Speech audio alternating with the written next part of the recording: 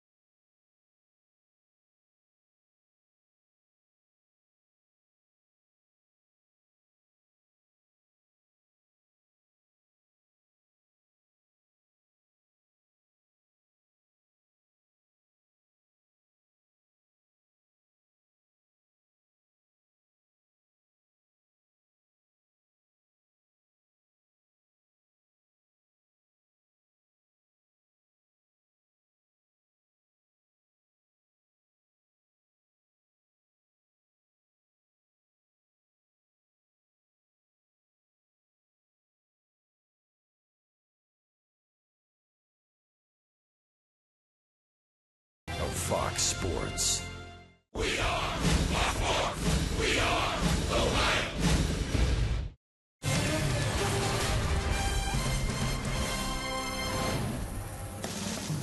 2014 Reds Hall of Fame weekend continues here at Great American Ballpark. Last night, the current Hall of Famers introduced, and this evening, the new class down on the field here at GABP, introduced to a big crowd here at the ballpark. We also have baseball. Middle game of this series, the Reds and the Marlins, here on Fox Sports Ohio. And hi and a pleasant good evening, everyone, and welcome to Reds baseball. It's the Reds and the Marlins in the middle game of this three-game series. The Marlins were a winner here last night. Reds try to bounce back tonight and get number 2.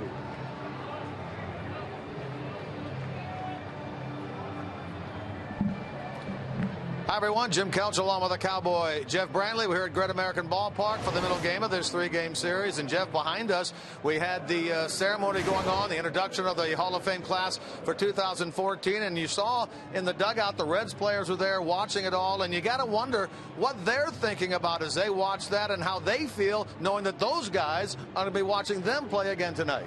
I think anytime, Jim, in your mind you're saying, okay, I can play this game, but in your heart, you want your video on that board when you retire. It's just part of the process, part of being a baseball player. After watching all that, now they get ready for baseball, the middle game of this series, and it'll be 12-game winner and first-time All-Star Alfredo Simon on the mound for the Reds. And the Reds are really looking for him to bounce back after some tough starts here in the second half. Yeah, Jim, you look at the numbers for Alfredo Simon in the first half, all-star numbers, but 0-4 with a 5+ ERA here in the second half. I think the Reds need Alfredo Simon to bounce back like we saw the first half Alfredo Simon. On the Marlins side of things, they've really had some pitching issues, and they dip into their past. 36-year-old Brad Penny will get the start for Miami tonight. First start in the big league since 2011, and it could be quite interesting. Well, we'll see how it all shakes down. The Reds trying to bounce back after the loss here last night. It's the Reds who are one of the best defensive teams in the National League, but last night it was the Marlins flashing the leather. Jim Day has more when we come back.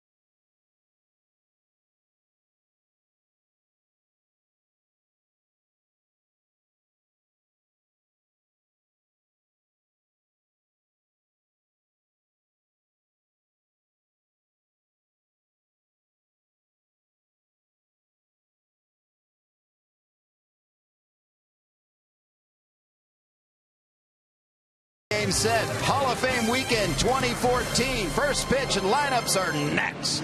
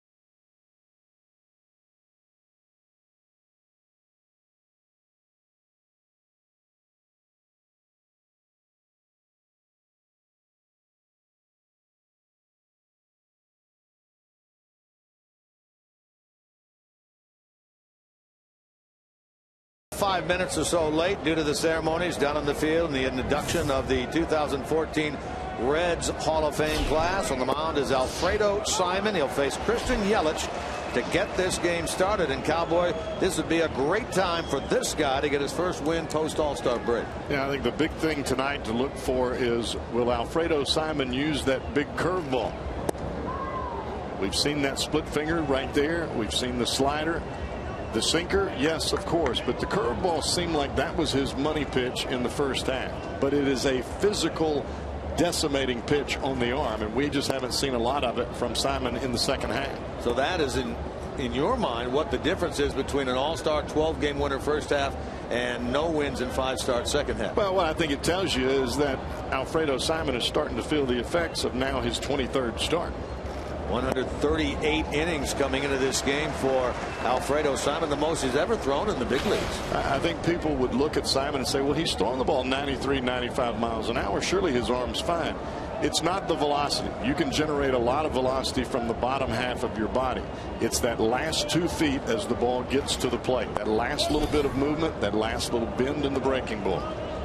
Well, his last start was at Cleveland on the 4th of August. That was the first game of that series. He was matched up against the very impressive Corey Kluber in that one. Remember, he walked a batter in the first, gave up a run in the first inning, and never really got settled into that outing at all.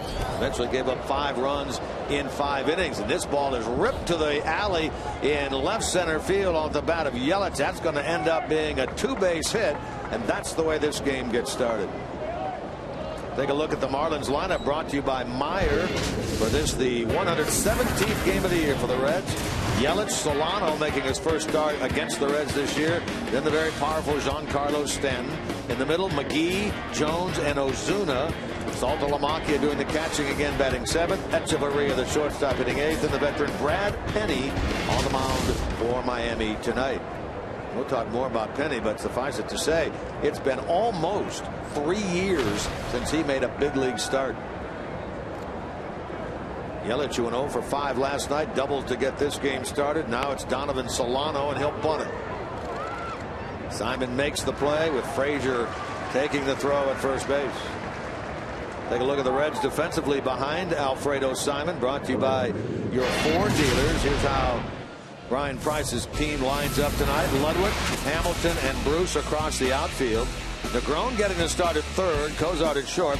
Schumacher and Frazier at the right side. Simon caught tonight by Devin Mesoraco.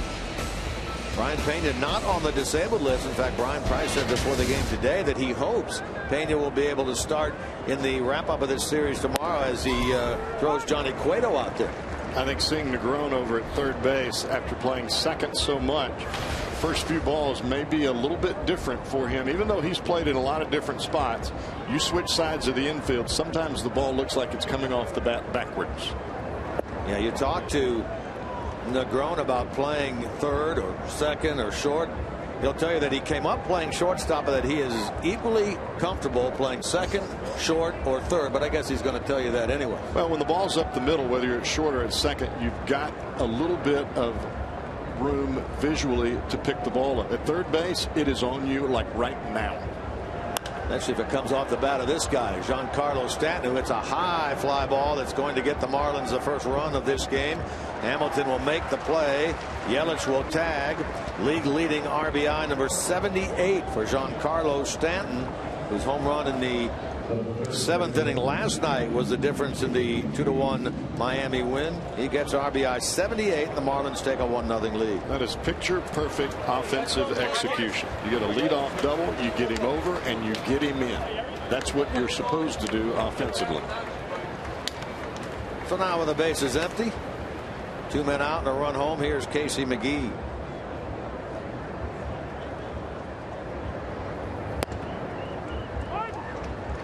He starts the game at an even 300 with a couple of home runs. He's driven in 59 in the game last night. He had a pair of hits, 2 for 4, both of them doubles.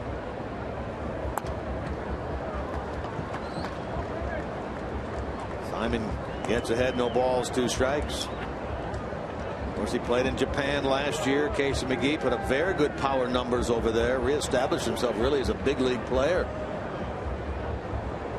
Marlins jumped on him. Hard into left field. That's down for a hit. Ludwig will get it back in. 2 hits here in the first inning for Miami, and it'll bring up the former Pirate Garrett Jones. Simon trying to run that split finger down and into McGee there. Left it up and out over the plate. And this is where McGee made his greatest adjustment in that year in Japan. Staying back on the breaking ball, driving the fastball the other way, and it leaves just that last split second to keep the hands back on the off-speed pitch, as we saw there. So here now is Jones with Simon going back to the stretch.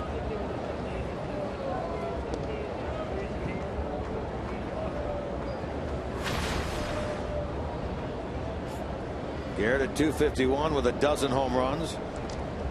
Last night hitless in 3 plus a walk.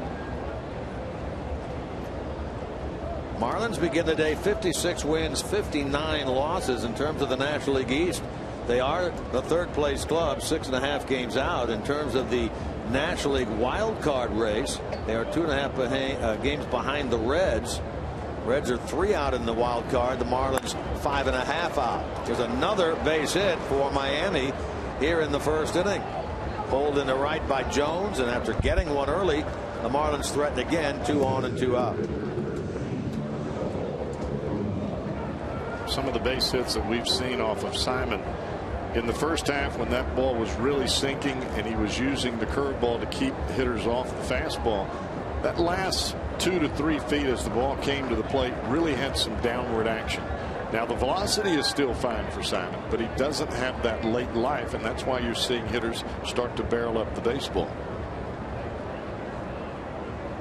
6th man in the order now is Marcell Ozuna. He's tardy on that one at 90 for a strike. Ozuna starts the game at 263. We talked last night about the fact this guy's got some power, a young man. 16 home runs on the year for the 23-year-old.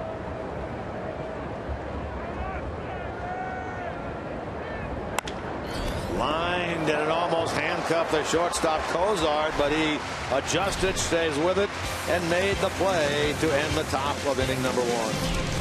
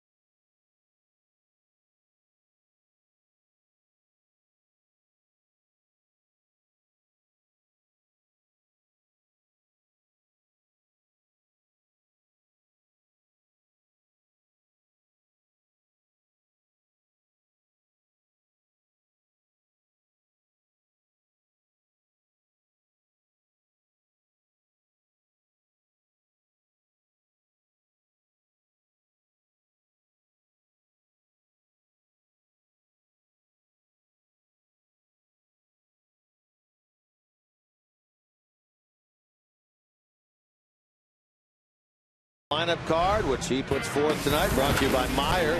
Hamilton, Bruce, and Frazier, the top three. Mesoraco, Ludwig, Schumacher, the middle three. And the bottom has Negron at third, Cozart at short, and Alfredo Simon batting ninth and doing the pitching for the Reds. On the mound, there he is, 36-year-old veteran of Blackwell, Oklahoma, Brad Penny. Didn't pitch at all in the big leagues last year. Had a handful of bullpen appearances with the Giants back in 2012. But again, last start September 25th of 2011 at the big league level. If you're thinking, well, who is this guy and what has he done? Despite the fact that he has not made a start in almost 3 years and was out of the bullpen in 2012, this guy is pretty accomplished throughout his career. He has 119 career wins, including two, not one, but 2 World Series wins for the Marlins in 2003. But how much do you have in the tank at 36 and haven't pitched in quite a while? He's making his 16th career start against the Reds, his 8th in this ballpark, and he gets Billy Hamilton to lead things off. The repertoire of Brad Penny in his heyday, and now you think they're the same? Fastball, slider, split finger. He did have 7 starts in the minor leagues this year.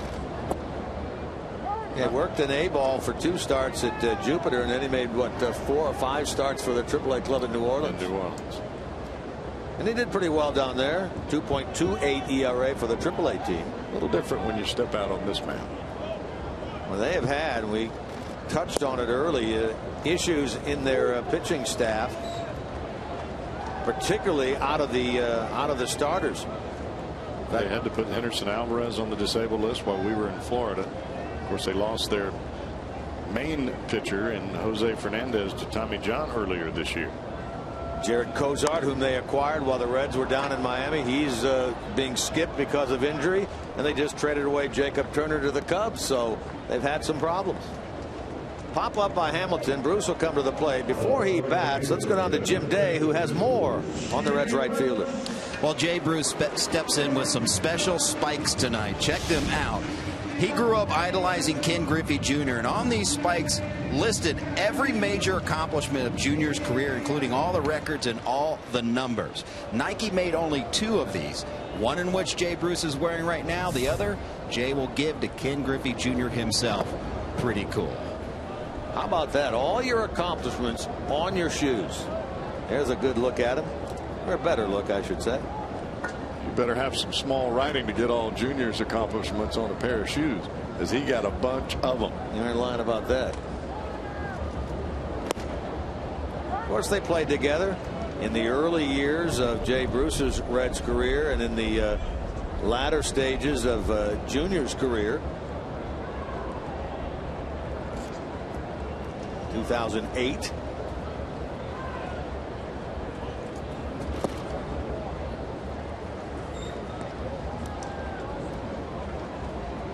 Here's a look at the career of Brad Penny. 119 and 100. He was a 2-time All-Star. Those were with the Dodgers back in 06 and 07. He won back-to-back years, 16 games, including that 07 year where he had a 3.03 ERA.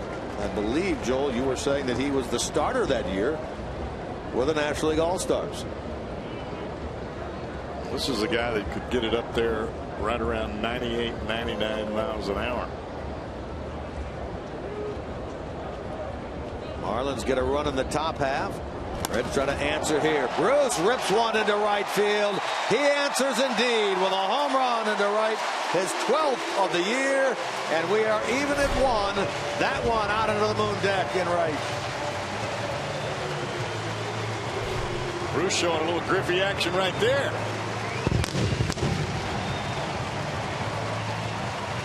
The power of the Ken Griffey Jr. shoes helped Jay Bruce hit number 12.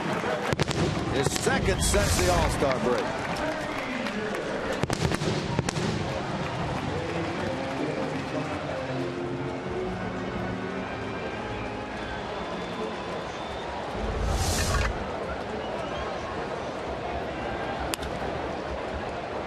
Backhanded stop by Casey McGee in third on that ball hit by Todd Frazier, and he's retired.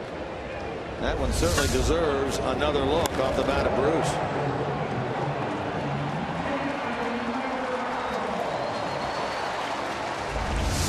Out of the third away up the bleachers, or the seats out in the moon deck on the home run by Jay Bruce.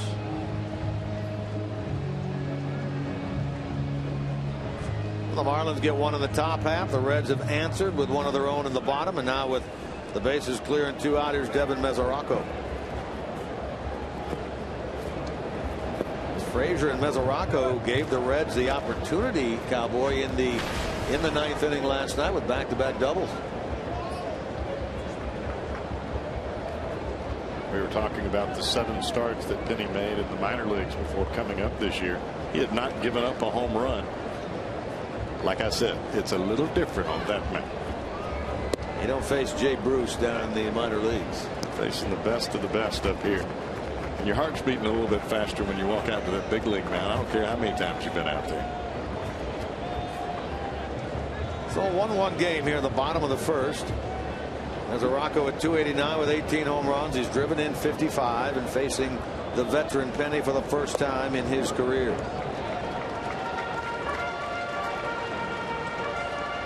Devin last night 1 for 4. He was the runner at third base when that ball was smashed by Schumacher against the drawn in infield just to the left of Adeiny Echeverria in the 9th inning last night. There's all sorts of debate, Cowboy, as to should he or should he not have tried to score from third. I thought even if he had made a break to the plate on contact, he was a dead duck. Ryan Price said as much today in his media meeting prior to the game. There's ball 4, and so Mesoraco is aboard with 2 out. Take a look at the Marlins defensively behind Brad Penny, brought to you by your Ford dealers. They line up like this in the outfield: Yelich, Ozuna, and Stanton. On the infield, McGee and Echeverria on the left side. Donovan Solano, his first start against the Reds this year. He's at second base. Garrett Jones is at first. Brad Penny caught by Jared Saltalamacchia. Here's Ryan Ludwig.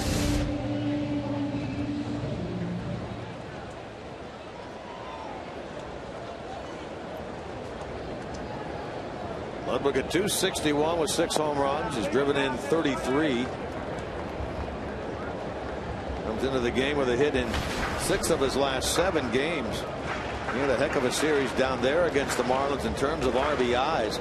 2 big ones in that first game on Thursday. He bounced back the next night with 2 big ones on Friday. All told, he drove in 5.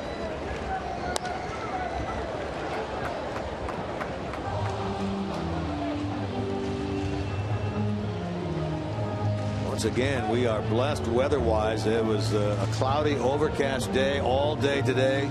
Threat of rain until just about before the ceremonies down on the field began, and it cleared up very nicely for the Reds' 2014 Hall of Fame induction ceremonies down on the field. Sun always shines on the Reds Hall of Famers. I tell you what, it was a great ceremony with Marty Brennaman, the Hall of Fame voice of the Reds, emceeing down there. The current class of Reds inductees surrounded by the Reds Hall of Famers that are back this year: Ron Oster, Dave Parker, Ken Griffey Jr.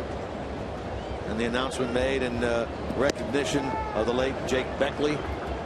Played back in the late 1890s and early 1900s for the Reds. And it'll all culminate then tomorrow night after the game with the Hall of Fame induction gala at the Northern Kentucky Convention Center just across the river. A lot of stories being told, stories being swapped, lies being told.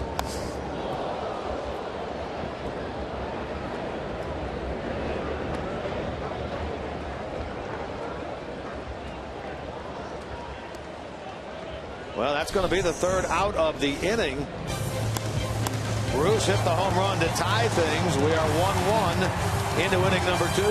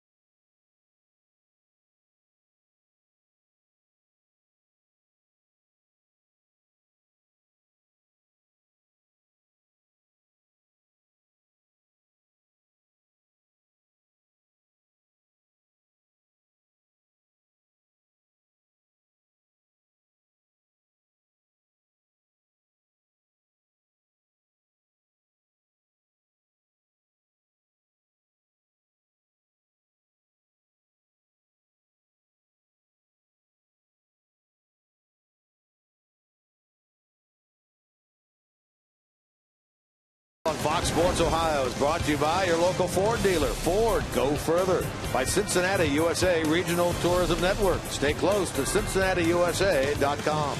And by Skyline Chili. Feeling good? It's Skyline time.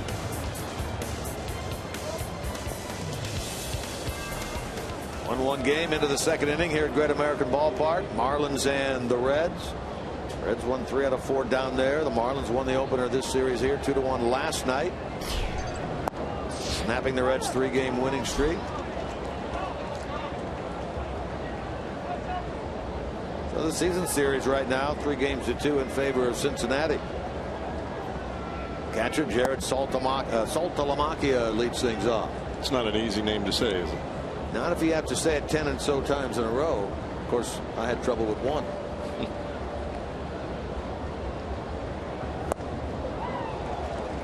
Mentioned last night, Saltalamacchia signed a 3-year deal before this year with the Marlins. He was the everyday catcher last year for the world champion Red Sox.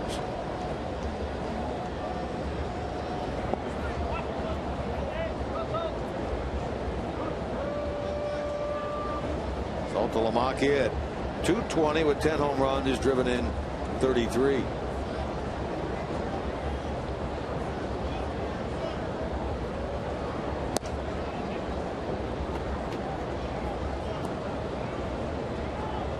And he has 10 home runs, Cowboy. This guy has some home run power, doesn't he, Saltalamacchia? He's a big fella now. He can hit him out from both sides of the plate. Switch hitting catcher.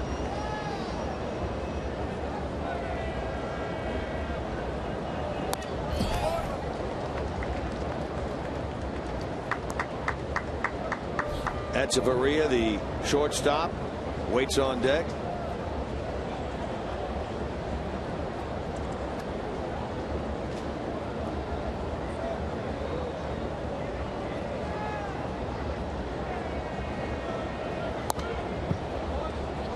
Saltalamacchia last year for the Red Sox at .273. That's the best single season he's had in the big leagues.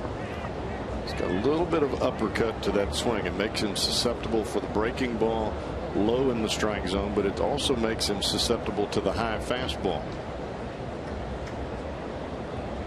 He's had some lower back issues this year. He hasn't played as much as he had hoped.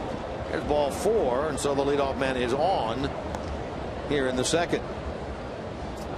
Take a look at today's storylines, brought to you by Elk & Elk, serious lawyers for serious injuries. Call 1-800-ELK-OHIO. Here's a look at the wild card playoff standings as we go into this day, Saturday, August the 9th. On your right, the National League. There you see the Reds 3 games out. Right now it's Pittsburgh and San Francisco. Pittsburgh in the same position right now that they were in last year. And over on the American League side, it's the Angels and the Royals. Yes, I said the Royals. The Kansas City Royals start the day with the second wild card spot in the American League, a half game ahead of both New York and Seattle.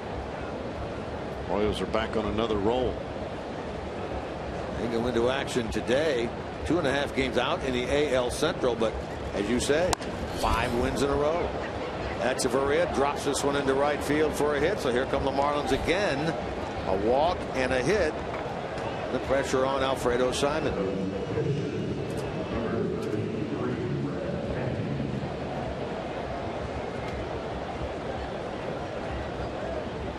Now, more likely than not, we're going to see Brad Penny try to move these runners along to the top of the Marlins order.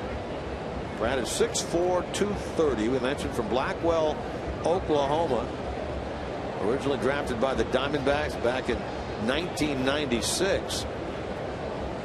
He made his name with the Marlins first and then the Dodgers in his career. Do you agree with that? Yeah, I can still remember the pitching staff. 3 young arms. Brad Penny, Josh Beckett, A.J. Burnett, all with the Marlins early in their career. And they didn't quite have the command at that point, but all 3 of them put together some pretty good years. Here we are over 10 years later, and with Penny's activation today, they're all still in the big leagues. Beckett currently placed on the DL for the Dodgers with a hip issue. And you know, there are those who say he may be finished. And A.J. Burnett signed that deal with the Phillies this year. Just 1 year ago, he was terrific with the Pirates. Now Brad Penny making tonight his 316th big league start. Towards Simon. Oh, he had a play at third, but he let it go by, and he throws it on instead to first base. It looked like he had the runner, Saltalamacchia, dead to rights at third base. This is where you have to know what to do with the baseball before it's ever put into play. Simon turns, and I mean, he was a dead duck at third base. And not only to know what to do with the ball, but also know the speed of the base runner. You've got a catcher in Saltalamacchia running. They had him dead to rights at third. Now, if that's a tag play, it's a totally different story. That's a force play. All you got to do is just get the ball there. The Marlins now in a position to regain the lead. Here in the top of the second, Christian Yelich led off this game with a double to the wall in left center.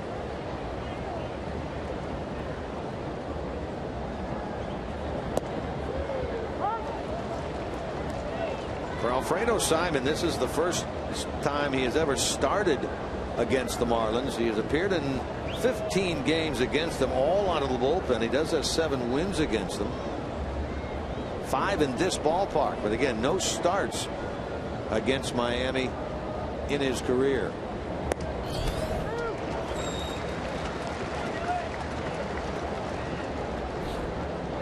Gets ahead of Yelich, 2 strikes. Donovan Solano waits on deck.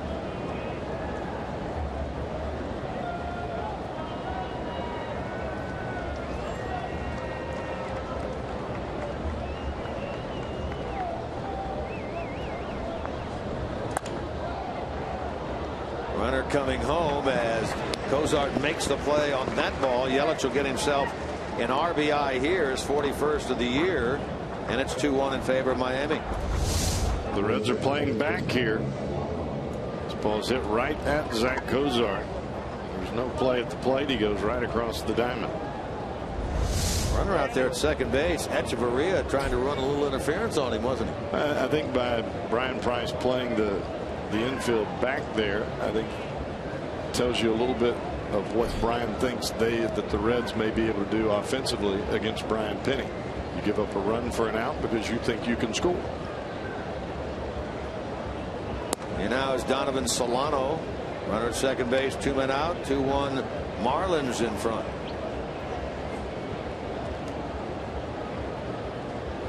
This Marlins club has gotten off to a decent start since the All-Star break, even though they did lose 2 out of 3 against the Pirates, and prior to that 3 out of 4 down there in Miami against the Reds. They still are 12-9 since the break coming into this game.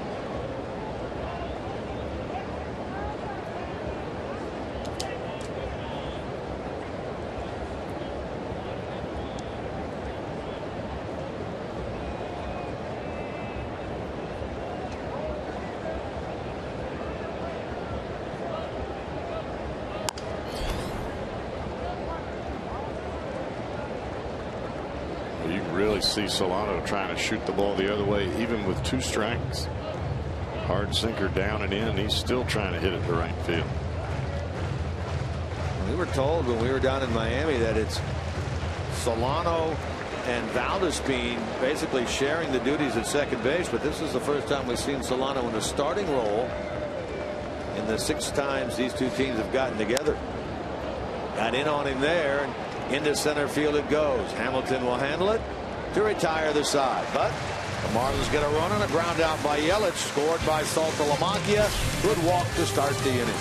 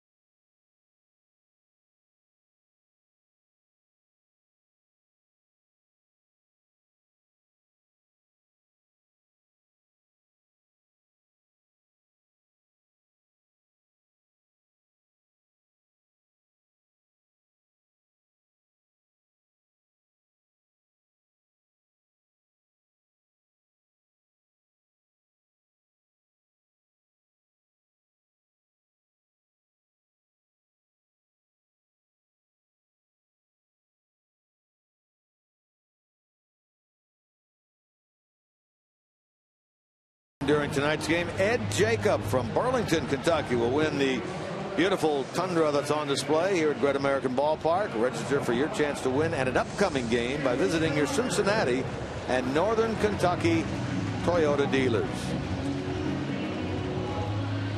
We watched Giancarlo Stanton peppering that side during batting practice, and he's right-handed. There was something to see, wasn't it? We got an email today regarding the Toyota Tundra up there above the Reds bullpen in left center field, and the All-Star Game logo that's up above the sun deck out in right center field today in terms of how far they are from home plate. There's the All-Star Game logo sign. That is 424 feet away from home plate. 424 feet if you could bang it off that sign. The Tundra, which we just showed, the truck, 503 feet. So if you can hit the truck, that is a gargantuan blast. You need a rifle to hit that thing. Wow. Schumacher to get it started here in the bottom of the second. The Schumacher who hit that ground ball to the left of Echeverria in the ninth inning last night. We talked about should Mesoraco have gone, should he not have gone. What we really also need to do is credit Echeverria with a tremendous defensive play. Do or die play. Not only made the play, but he had the wherewithal to keep his eye on the runner Mesoraco at third to make sure he didn't take off. Yelich makes the catch on that fly ball by Schumacher for out number one. As a reminder, as you enjoy tonight's game here at the ballpark, we look forward to bringing you our Miller Time moment of the game, brought to you by Miller Lite a little bit later on.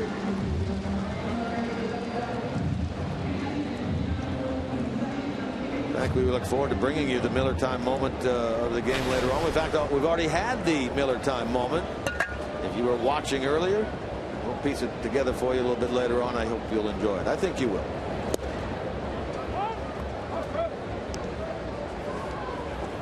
Here now is Christopher Negron.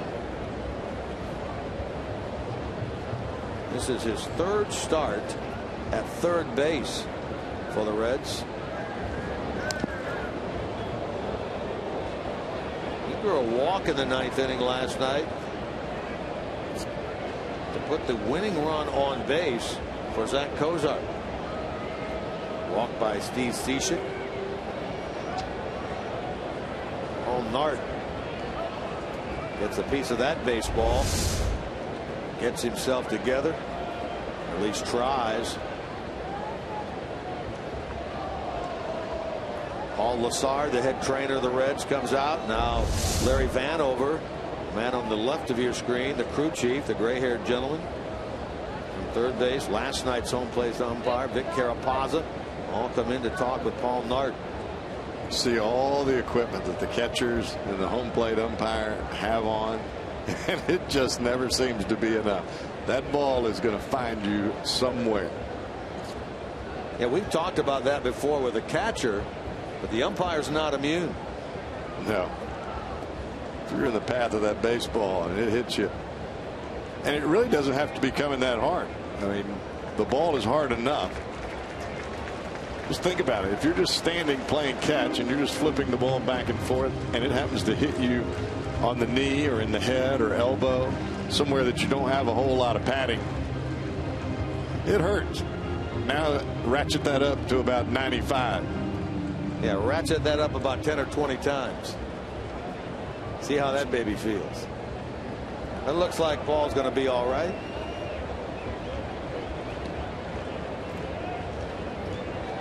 On the ground with an 0-2 count, continues this at bat against Brad Penny. Christopher at 283, 3 home runs, 9 runs batted in. One of those home runs, of course, a pinch hit home run. That came in Milwaukee on the 21st of July against Will Smith. First pinch hit home run of his career.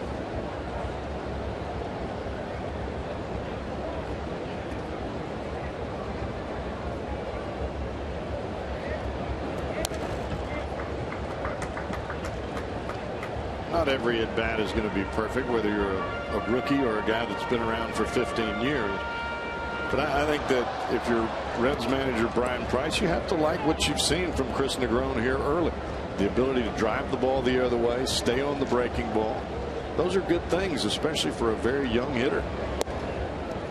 He's making his 5th consecutive start, whether it be at second base or at third base. And the fact is, the Reds are just trying to bridge that time period before Brandon Phillips comes back. They've used Santiago over there. They've used Schumacher over there. They've used Negron over there. Every day that goes by is one day closer to getting your Gold Glove second baseman back, Brandon Phillips. Jones will handle this, feeds Penny in a 3-1 putout, retires Christopher Negron. Well, with Phillips just now swinging the bat, you just have to wonder, how long will that come? Will it come quick? Probably not. And Brian Price has said that he will have to go out on a rehab assignment. You can't be away 5 or 6 weeks. I don't care how good you are, and come back and step right in. Got to refocus yourself on the timing of the game, not only at the plate, but in the field as well.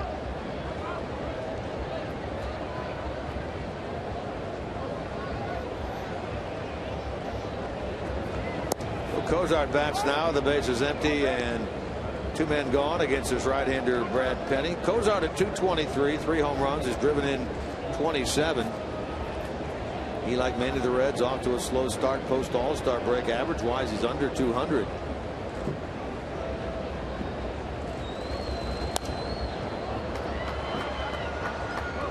I imagine Mike Redmond is pleasantly surprised with what he's seeing from Brad Penny here early in this ball game. He's touched 94 with the fastball.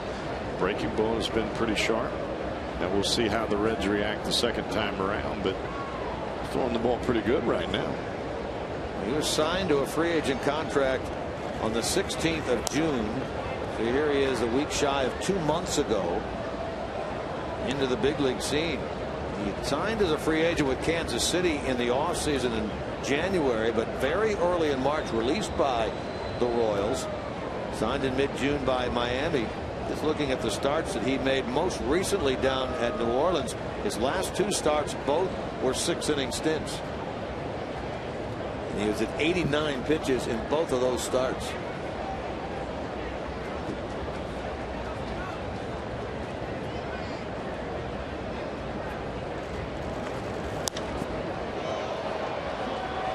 Ozuna to his left is there, and there's a 1-2-3 second turned in by Brad Penny.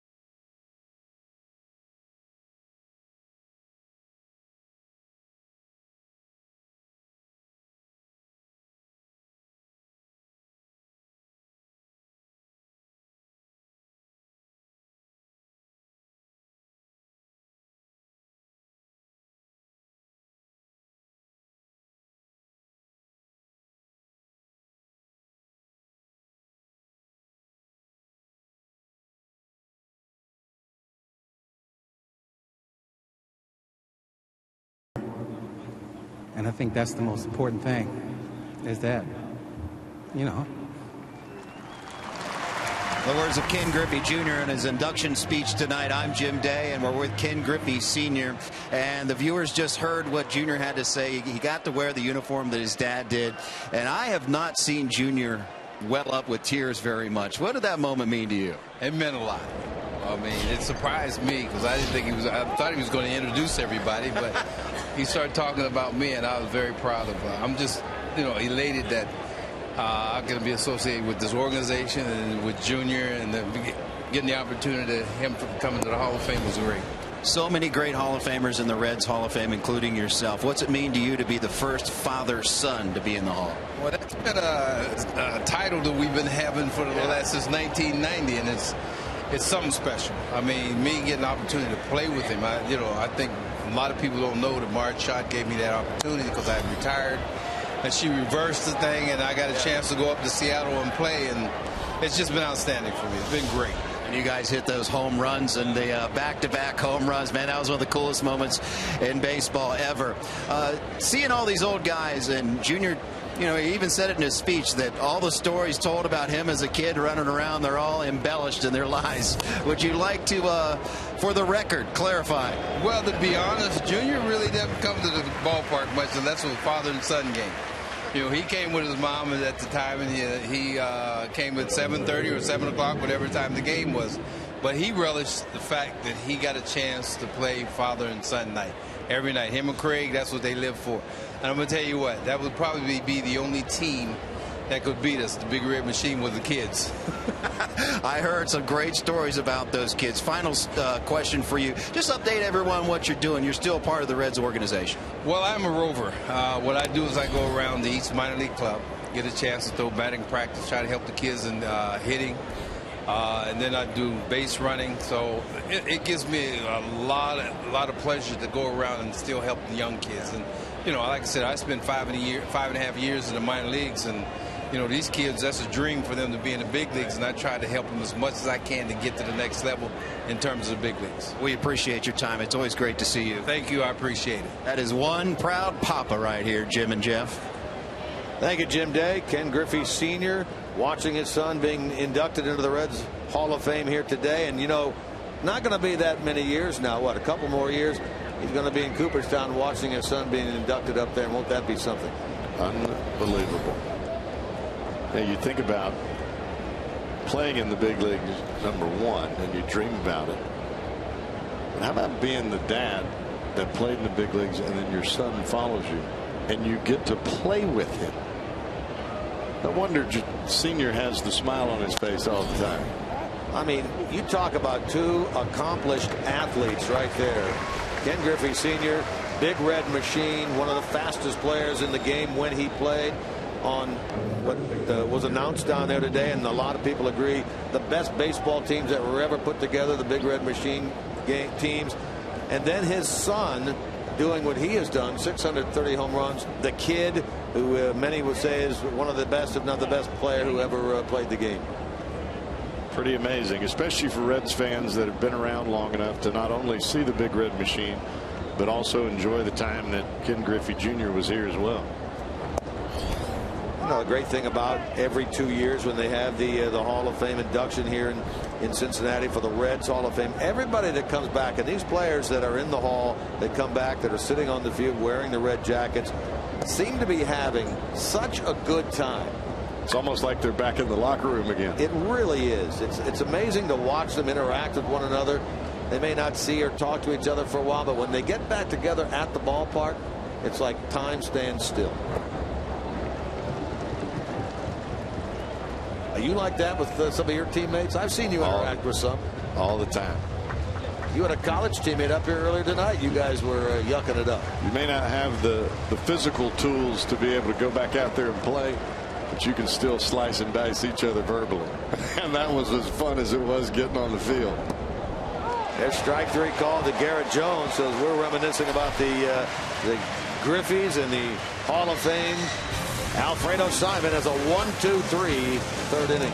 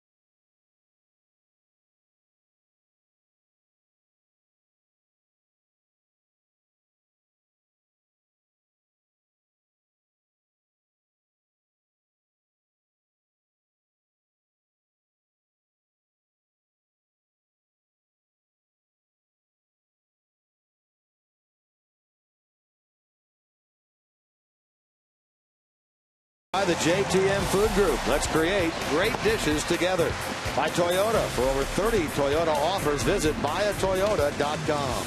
And enjoy Boneless Thursdays at B-Dubs with specially priced boneless wings all day. What a steal. Buffalo Wild Wings. Wings, beer, sports.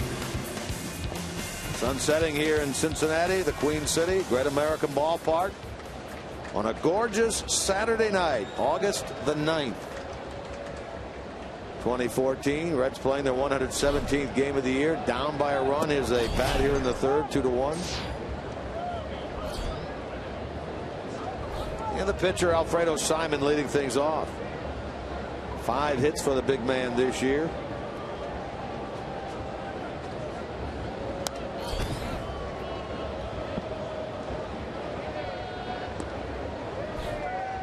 May not be the best looking swing, but the big fellow will swing it. And when he hits it, it jumps.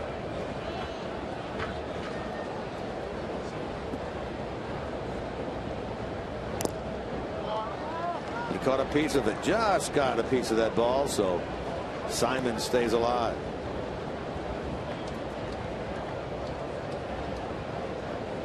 Swing hard in case you hit it. And he does that. You get a fastball right over the heart of the plate, the way he swings, it could go a long way. He's a big, strong guy. So they're not going to do that to him. They get the breaking ball, they get the strikeout. The first for Brad Penny, who's now set down 5 in a row. Here's Billy Hamilton. Billy's had another rough go since the All-Star break. He's just over 200. Last night, hitless in 3 plus a walk. Popped up his first time in this game. You get later in the season, your arms start to get a little bit tired, your feet get a little bit tired, you think you have to swing harder, and in effect that's not the case. When Billy was at his best, he's hitting the top half of the ball, shooting the ball the other way. Now yes, you're going to have some foul balls off to the third base side. When you see that front shoulder of Hamilton come open, as it is with any hitter, that's when he gets himself in trouble. Well, his best this year was clearly the month of June. He was the rookie of the month in the National League in June. He hit .327 with 18 RBIs and 14 steals in the month of June. Cooled off at .240 in July. Drag bunt. Can he get by Jones? He will, and he beats it out. That was the key for him, getting by Jones before he could field the ball, and he did so.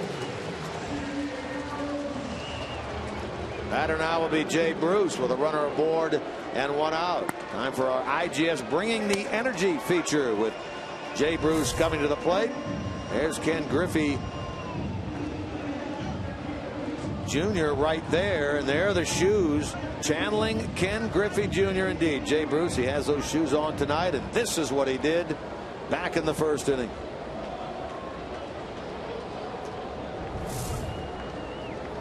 You heard Jim Day talking about earlier. Jay idolized Jr. growing up. And for him to be a teammate of his in 2008 had to be very, very special for him.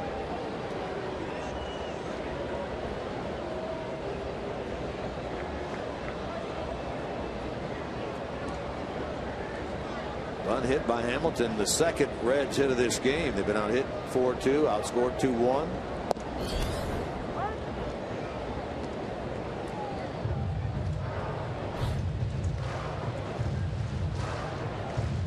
And a home run by Jay, his second since the All-Star break. He hit the one in Cleveland, hit it pretty well, hit this one darn well.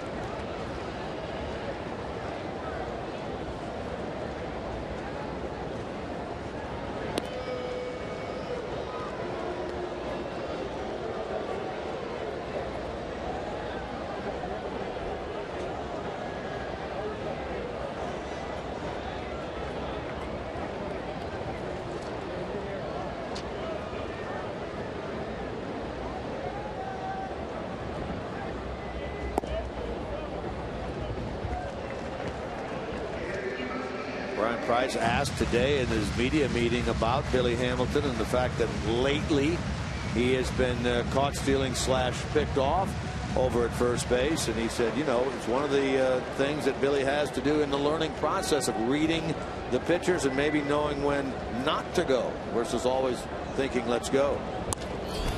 Hard to first off the glove of Jones. Hamilton will turn and he'll easily get to third base, first and third, with one out here in the bottom of the third. It almost looked as though Garrett Jones was trying to throw the ball to second base and get Hamilton before he ever caught the baseball. Sometimes not stealing can be just as much pressure on a defense as stealing second base with the speed of a guy like Billy Hamilton.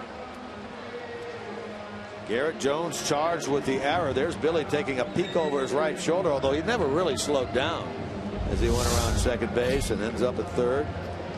Billy can read a book and run around the bases full speed. He's 90 feet away now for Todd Frazier.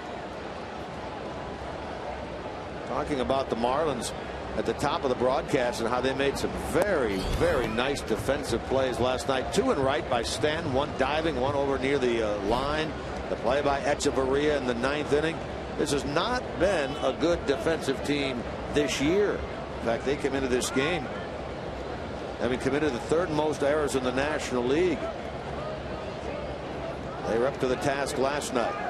Bruce is on the move. No throw by Saltalamacchia. Stolen base for Jay, his 11th of the year. That takes away that double play possibility by Miami.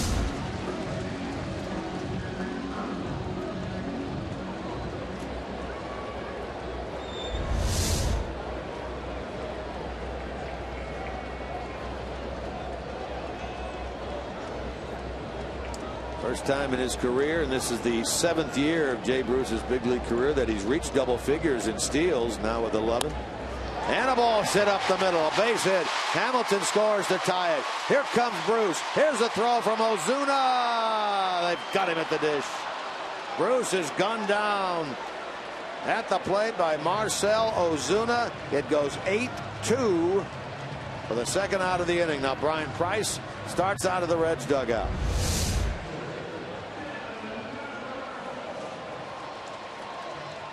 Let's see Saltalamacchia here where he sets up. He's in good position there. He looked like he was in good spot, didn't he? I thought so. Yes. He was in the perfect spot, right at the front of the plate with the left foot. Gets the ball, then he can turn and make the tag. That's exactly what he did. And once you get the ball, do whatever you want. You can do whatever you want.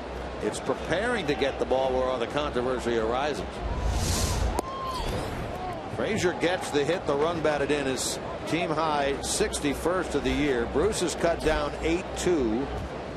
Frazier goes to second on the throw home. He's credited with a single in the RBI. Now he is a go ahead run out at second base for Devin Mesoraco.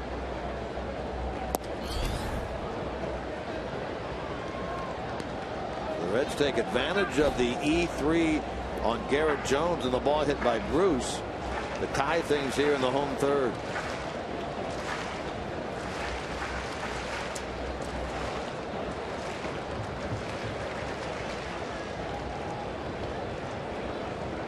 Devin walked his first time.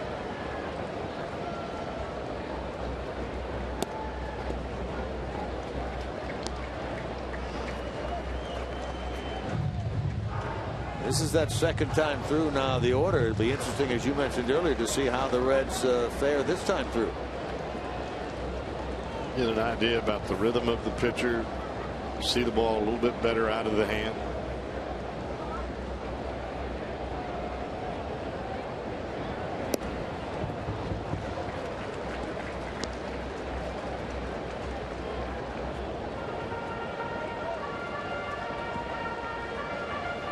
Working here in the bottom of the third. He's hit 51 pitches now.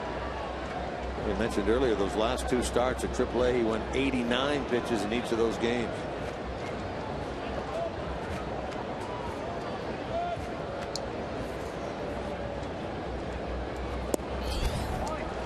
And ball 4. So Mesoraco draws his 2nd walk of the night. Batter will be Ludwig. Well, right now on FoxSportsOhio.com, Boys and Girls Clubs Day with the Reds. Chat with Hall of Fame writer Hal McCoy on the Reds. Game Day live page and Sam Amico's apology for LeBron. Get complete coverage of all of today's action involving Ohio sports. Brought to you by 1-800-SAFE-AUTO. Drive safe, spend less. Here's Ludwig with 2 on and 2 out and a run home. By the way, let me correct something I said earlier regarding Brad Penny. I said he started the 2007 All-Star game for the National League. I was 1 year late. He started the 2006 game. He started that for the NL as a Dodger, went 2 innings. So I wanted to get that out there. Pretty good curveball here by Brad Penny right on the outside corner.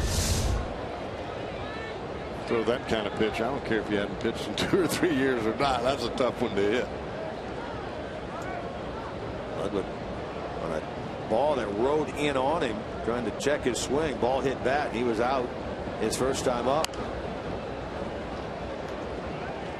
This is a situation right here, isn't it, that Ludwig really thrives in the runners in scoring position, not only this year, but in his career.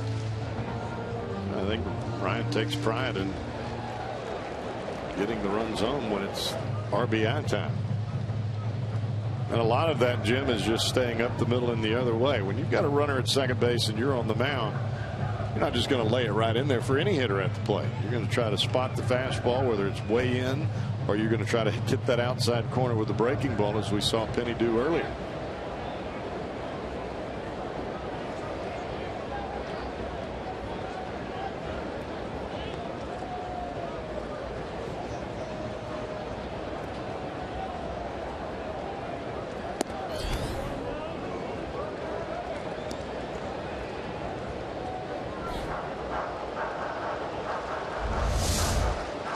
See it heading the count. You try to catch the edge. Sometimes you get the umpire to call that pitch a strike. That wasn't too far off the plate, but as a hitter, you've got to know what you can and can't hit.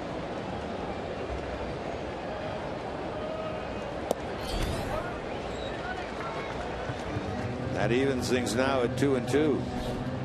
Ludwig, one of the top hitters on this Reds team this year, with runners in scoring position at 319 and right near 300 at 295 in his career. It's getting it done.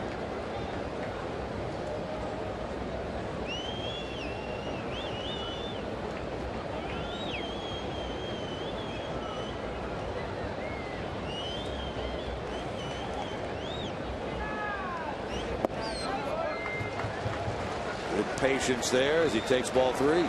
I'm surprised Penny has not come inside in this at bat after the ball that he got Ludwig on earlier, on the ball that was so far inside Ryan could barely get the bat out of the way in time. The dribbler down the first baseline knocked his helmet off, but Penny has stayed all the way this entire at bat. Let's see what he gets here. 3-2 with the runners on the move. It misses outside for ball 4. The back-to-back walks issued by Brad Penny, and the Reds have them loaded with 2 out.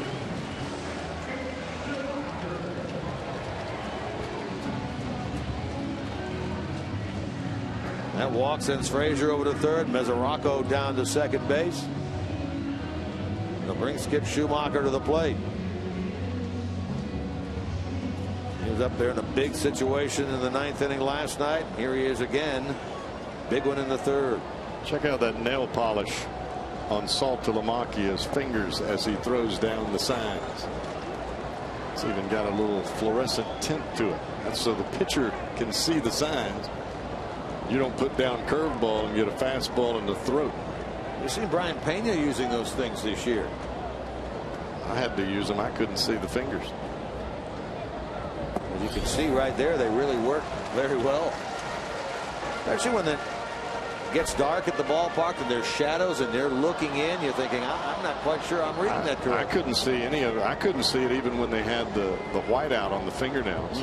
Chuck Hernandez comes out to talk with Brad Penny. Hernandez, the pitching coach for the Marlins.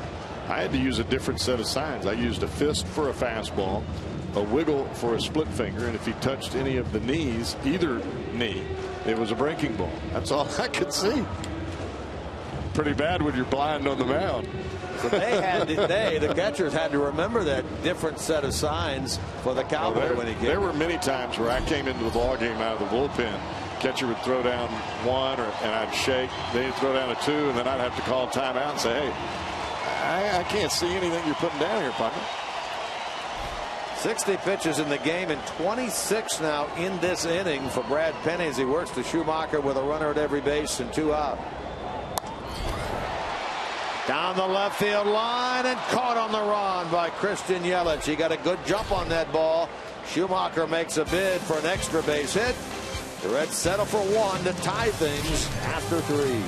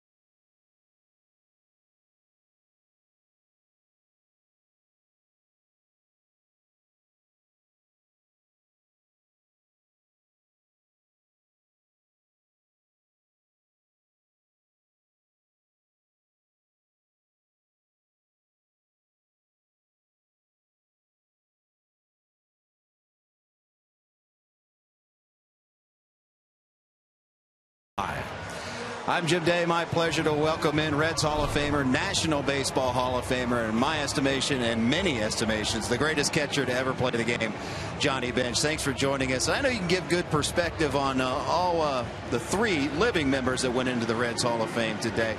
Dave Parker, one of the most dominant hitters of his era, doesn't get a whole lot of credit for defense either. One of the greatest arms I've ever seen. Was he underrated in your estimation? Well, I guess it depends on who you talk to, Jimmy. Like you and me, I mean, we both gave him a heck of a lot of credit. This guy was an unbelievable defensive outfielder. Played hard, played aggressive, big threat at the plate, and just one of the great guys, competitors.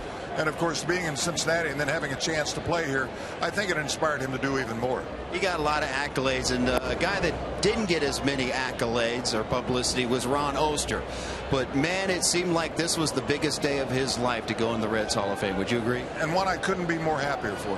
I mean, this is a young man that came up, and you know what? If persistence and perseverance and just attitude pays off, this kid came up, and you looked at him as a switch hitter. You never gave him much of a chance. He was big. He was awkward. He was nothing seemed to fit. But here was a guy that just day in and day out did the job. Aggressively, hard-nosed, wanted to play the game. He was, he took after Pete Rose in so many ways. It was a great honor to play with him. And first of all, I couldn't tell him. I walked up to him. I said, I'm the happiest guy in the world because you deserve it for grit, determination, and proving to kids what they can do in their lives if you really try. Well said right there. Ken Griffey Jr., you got to see this guy as a very young kid running around the clubhouse. Could you tell at all then how talented he was? No, I don't like Junior at all because he took stuff out of my locker. He and his brother Craig, they still have it, and they haven't returned it. I've told him now. I told Craig last night. I told Kenny I want my stuff back right now and everything else. One of the most graceful of all athletes that you'll ever see, gifted, born. He's kind of like LeBron James in a lot of ways. If you want to do that, I hate to talk about LeBron James, but when they talk about how gifted somebody is, This was a young man that could do everything.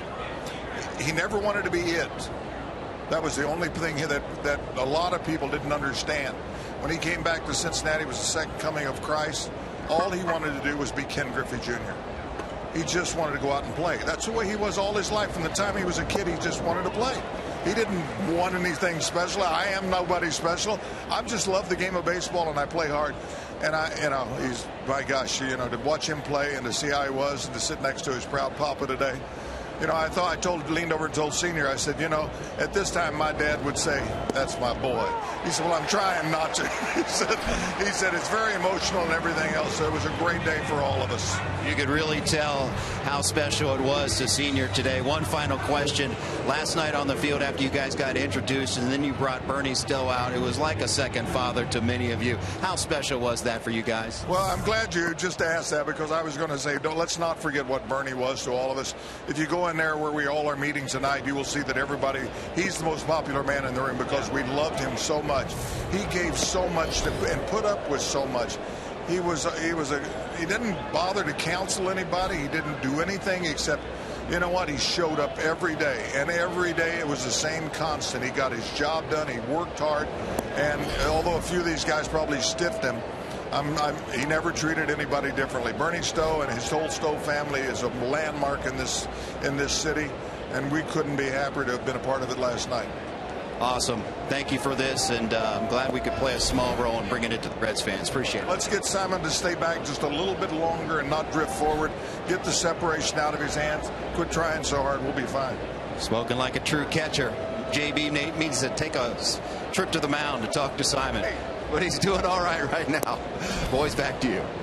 Hey, that's what catchers do. We rely on them to make sure they keep us straight when we're out there on the hill. Somebody's got to do it. Johnny Bench knows how to do a little color commentary. He was in your seat some years ago with Tom. Yes, he was. We've talked a lot about the players that are going in, the members of the 2014 class, but it's equally as great to see the guys that are already in the hall come back year after year, like Ken Griffey Sr., like Johnny Bench. You still feel like they are a major part of Reds baseball, isn't it? Well, I think part of that is the culture that the Reds organization has created over the years, and to make it easy, to make it fun, enjoyable for guys to come back to the ballpark. I mean, what better to have a hero's welcome when you come back to the city that you love playing in?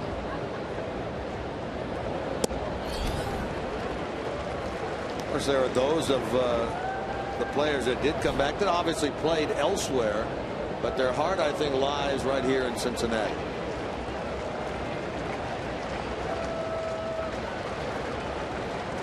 A couple of strikeouts in this inning, then a walk to Echeverria. Now it's Brad Penny, and he strikes out. So 3 in the inning, 4 now in the game for Alfredo Simon. We head to the bottom of the 4th of a 2-2 game.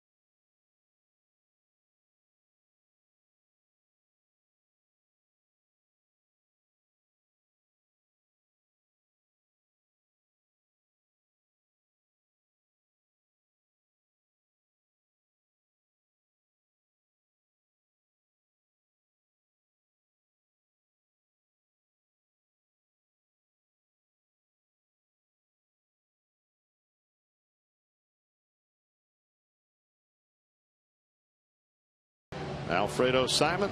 Here's our Mazda pitch by pitch. And Simon starting to get the feel of the pitching.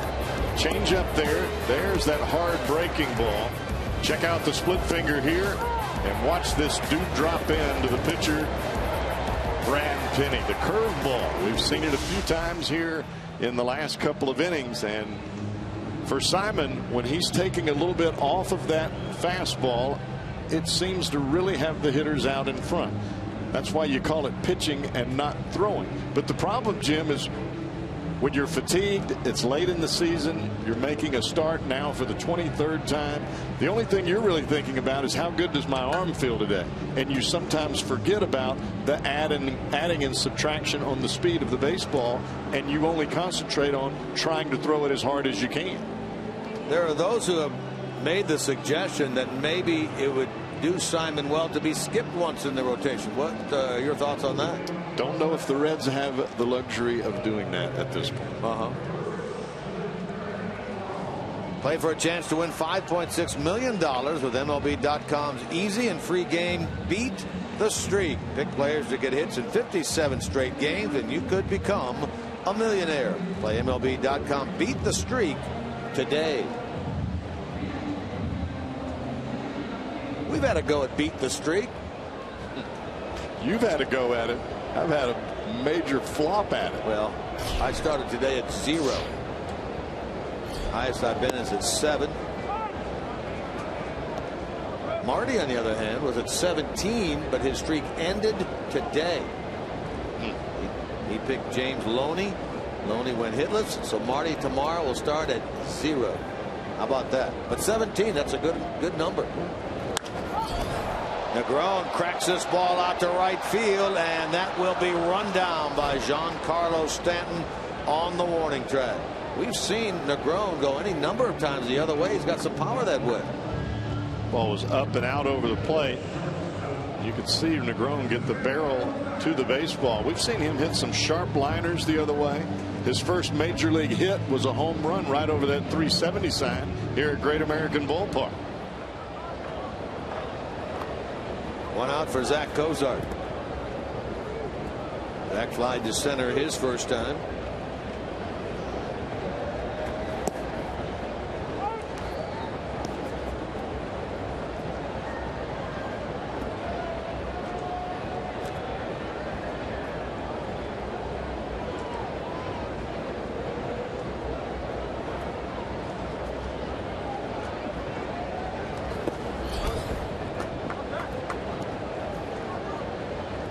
Go back to what we were saying about Negron. His consistency of getting the bat to the baseball has really been good since coming up to the big leagues. I mean, that's part of the reason that you're seeing Negron playing every day, whether it's second or third for that matter.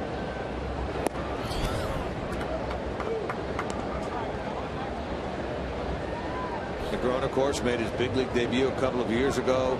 Played some outfield for the Reds, and less than a week after he was sent back down to the minor leagues in July, tore his ACL, missed the rest of that year. Wore a brace, he said last year, that was uncomfortable. Went to winter ball and played without it. He had no issues, so he got rid of the brace on the knee. So far this year, it's worked out pretty well for him. We talked a lot about him, Cowboy, in spring training. We thought he was going to make this club.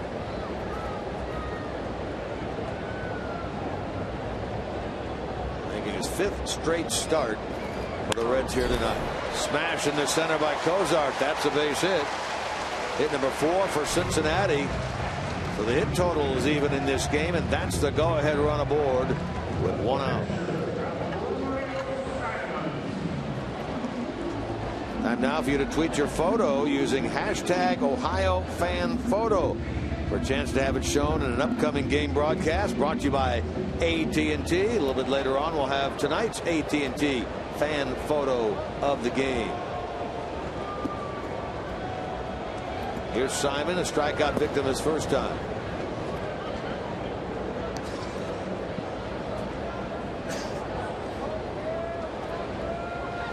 Reds have trailed 1-0 and 2-1 in this game and have been able to bounce back both times. Marlins scored in the first. Reds tied it on a Jay Bruce homer in the bottom of the first. Marlins scored again in the second. Reds countered with a run in the bottom of the third, and an RBI single to center by Frazier. Now they have the go-ahead run aboard here in the bottom of the fourth.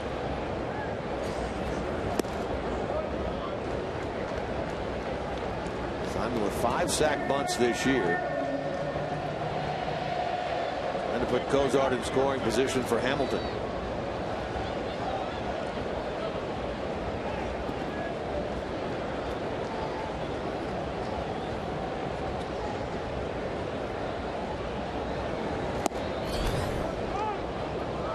This is a spot where you want to bunt the ball towards the first baseman, Garrett Jones.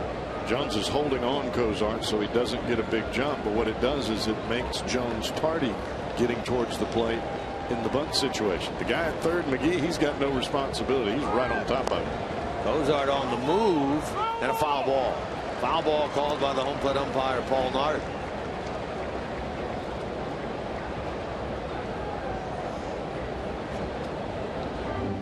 So 2-ball, 2-strike count.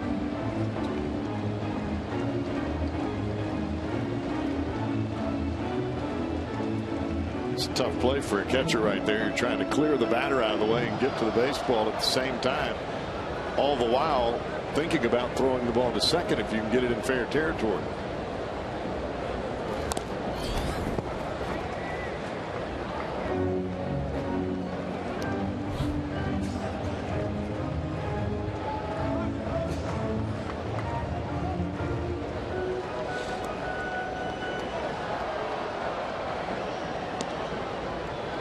Inning started with Negron lining out to right. Cozart a solid single up the middle.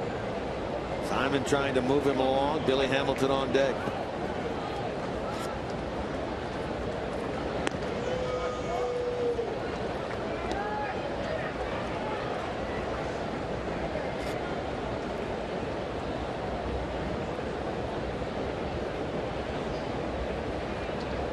Penny closing in on 75. He's at 73 pitches now. Simon wants to make sure that either the bunt is on or it's not on, but he wants to make sure he's doing what he's supposed to do.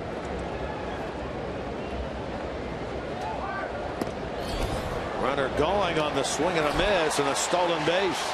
Stolen base for Cozart is 4th. Looked like Simon got confused on the signs. The steal sign was given to Cozart. Simon saw the live tag to put a sign on, and he thought, oh, I better check, make sure that's not the bunt here. A lot of times when you're giving the sign in the third base coach's box, you touch a part of your body that says, okay, a sign is coming right next after that. An indicator. An indicator. And Simon making sure that the indicator was not putting the bunt back on. Well, he didn't get the bunt down, but the effect is the same. A runner at second base with 2 out for Billy Hamilton. At this point, that's all that matters. Billy, this game 1 for 2. He had the bunt single back in the third. On the year, he's at 290 with runners in scoring position. Now he's going to get a look at a 2-0 pitch.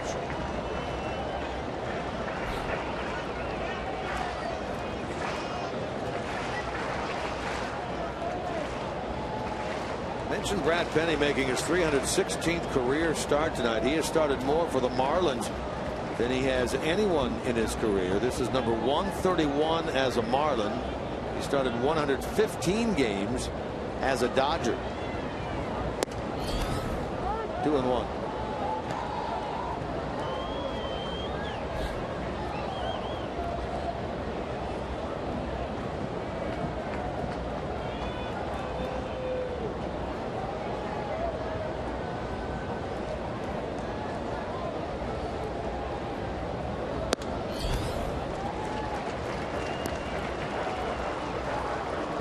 Now 3 balls and a strike. Bruce waits on deck.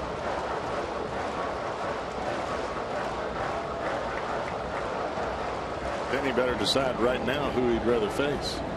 Billy Hamilton at 3-1 or Jay Bruce. Full count.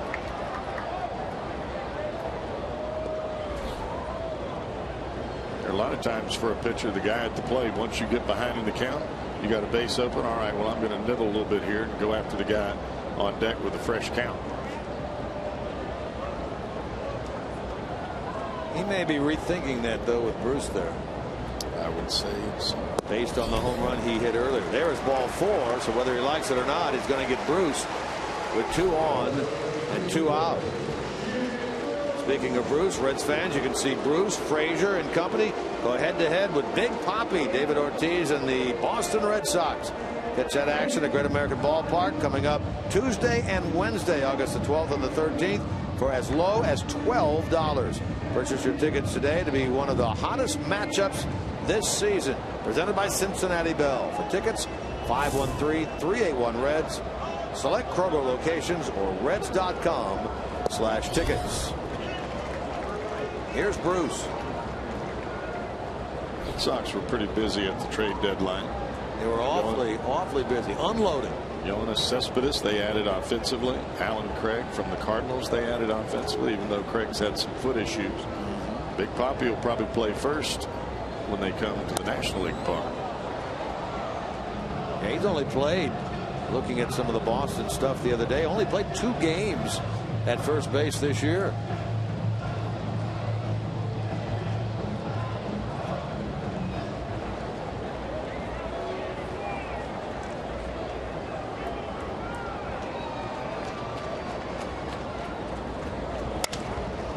Out in front of that one, Bruce rolls it to the second baseman Solano, who throws him out at first. Reds leave a pair. They're stranded 6. We're tied at 2 through 4.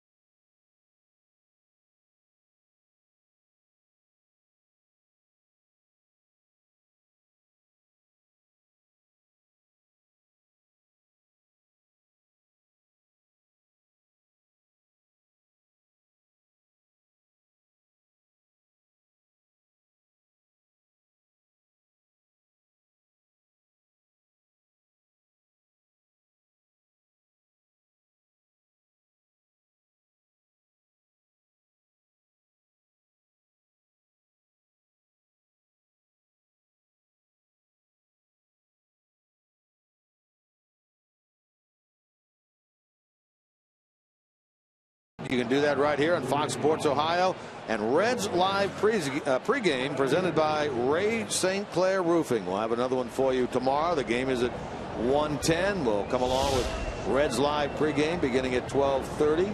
Then after the game, we'll break it all down for you. Reds Live postgame brought to you by Performance Kings Honda, including the first thoughts of the Reds manager, Brian Price. Here we go into the 5th.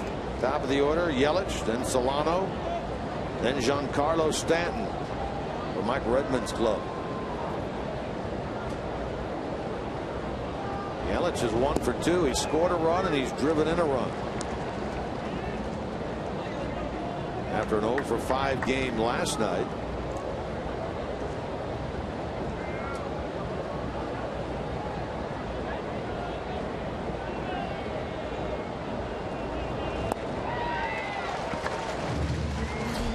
Something off that one. Another curveball from Simon. We saw him start to change speeds a lot more in that 4th inning. Here he comes back with it again. Straight over the top curveball. you and I were talking about when this game began. That's a pitch for Simon that was money in the first half. And maybe for the first time since the break, been good for him here tonight.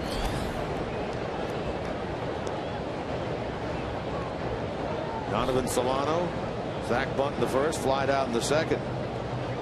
I mean, Simon's numbers at the break, 12-3 with a 2.70 ERA, earned him a spot on the National League All-Star team, which if you watch the Home Run Derby at all, I think he had more fun than anybody else at the Derby. Yucking it up with everybody on both sides, bringing the towel and the drink out to Todd Frazier, who was in the Home Run Derby. He did a good job when he got into pitch in the game. But since the break, this is start number 5 for him, 0-4 with an ERA of 5.06. And so the natural questions come up. What is wrong with Alfredo Simon? Can he do anything close in the second half as he did the first? Is he wearing down? We talked about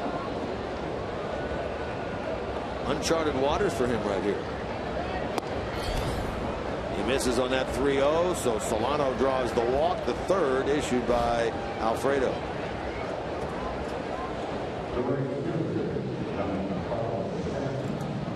You never want to put somebody on ahead of this guy. Even though Stanton grounded out to third his last time up. Just one of those kinds of hitters. You make a mistake up in the zone. We've already seen it once in last night's ball game.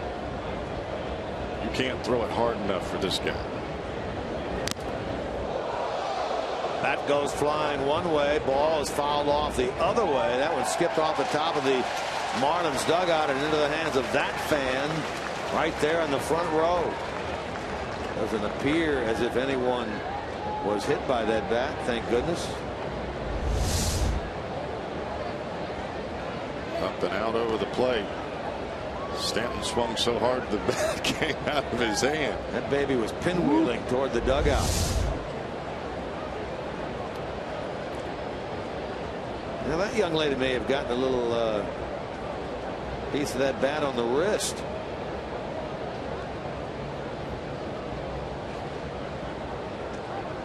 Be wise to have her checked out, don't you think? I would say yes. And they probably are going to do just that.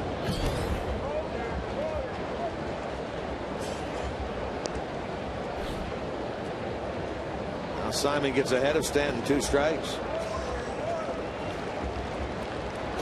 Home run he hit last night in the 7th inning against Leake. It's 3rd against the Reds this year. Comes in at 28 homers. With his RBI tonight, 78 runs batted in. Both those numbers tops in the National League.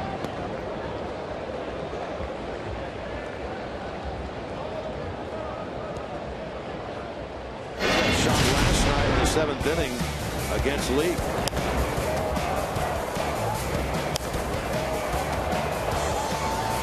Shot. It was the pitch right before that. You about jumped out of your seat when it was way high and he fouled it back. You got to stay down with this guy. He is some kind of dangerous. I mean, you about jumped out of your seat when that pitch came in there, and then the very next one wasn't much better, except for Stanton. It was a little bit easier to hit, and he told us exactly what he can do with the ball. Okay to start it in that hitting zone, but you got to get it out of there in a hurry.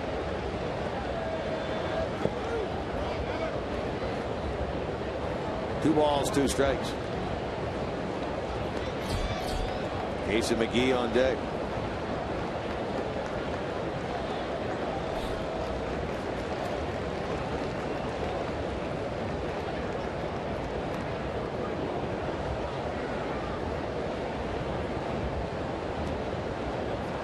Stanton was a 2nd-round pick in 2007 by the Marlins. 2nd rounder. He goes now from 0-2 to 3-2. Simon looked like he's trying to go back to that curveball. Not quite getting the feel for the breaking ball that he had earlier. Trying to do a little bit too much with it. With big Giancarlo Stanton at the plate. It's a little different throwing this guy a curveball. You got to think about it a little bit. Marlins' first-round pick that year was a third baseman, Matt Dominguez. Stanton was their second-round pick.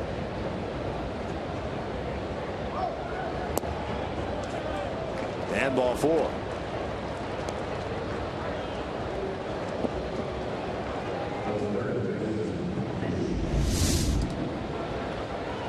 Hard slider this time from Simon.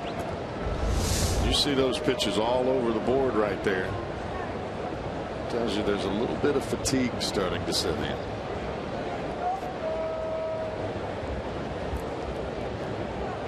So after striking out Yelich, walks to Solano and Stanton. McGee up there now. 77 pitches for Simon.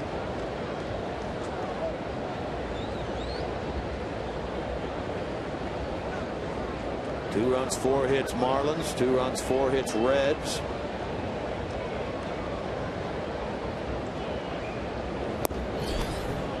You can get this guy to hit the ball on the ground, you can double him up. He's hit into 21 double plays this year. That is tops in the National League.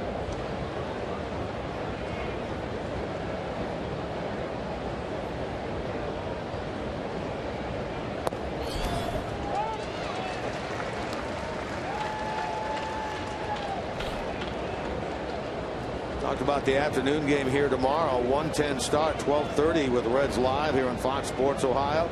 Johnny Cueto gunning for his 14th win against the left-hander whom we have not seen, did not see down in Miami.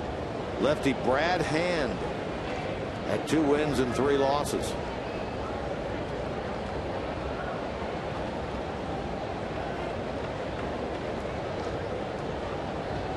He's been pitching very well. Brad Hand.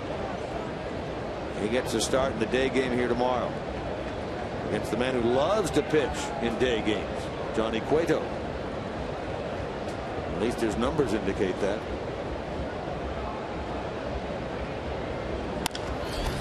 Toward the hole, Kozar makes a heads-up play, and they get the force out at third base. That's a heck of a play by Kozar, with Negron knowing exactly what he was supposed to do. Well, how many times have we seen that from Kozar this year? There is no other play on the field that he can make except for the throw to third, because that's where his momentum is taking him. Heads up play not only by Kozar to know where to go with the baseball, but Negron to know where to be when the ball is hit. And that's just flat out preparation. Thinking ahead, knowing what am I going to do with the ball if it's hit here, what am I going to do if it's hit there. Well, you talk about pitchers thinking one pitch ahead. The players on the field have to do the same. You got to know where to go with the ball if it's hit in a certain spot. And that was just terrific work by Zach Kozar. So now it's Garrett Jones with 2 on and 2 out. Take a look, you see the shift that the Reds employ against Garrett Jones. Kozar almost directly up the middle. There's Schumacher in shallow right. You know, if you think about it, Jim, on that ball into the hole for Kozar, there's got to be a little trust involved as well. I mean, he's got to trust the fact that Negron will cover third base, because there's no play at second. Even if he jump pivots and fires right to Schumacher covering second, they're not going to get Stanton. Reds now have action in their bullpen. The righty Sam LeCure is throwing.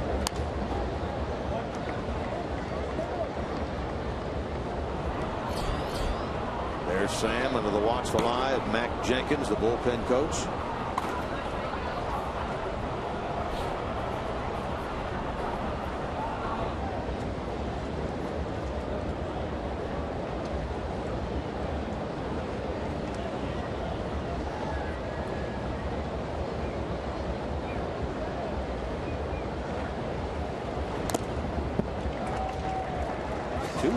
By Simon have given the Marlins a chance here in the 5th. 1-out walk to Solano. That followed up by a walk to Stanton on a 3-2. But a terrific play by Kozar and a four-sided third on the ball hit by McGee. And now Simon has Jones at 1 and 2.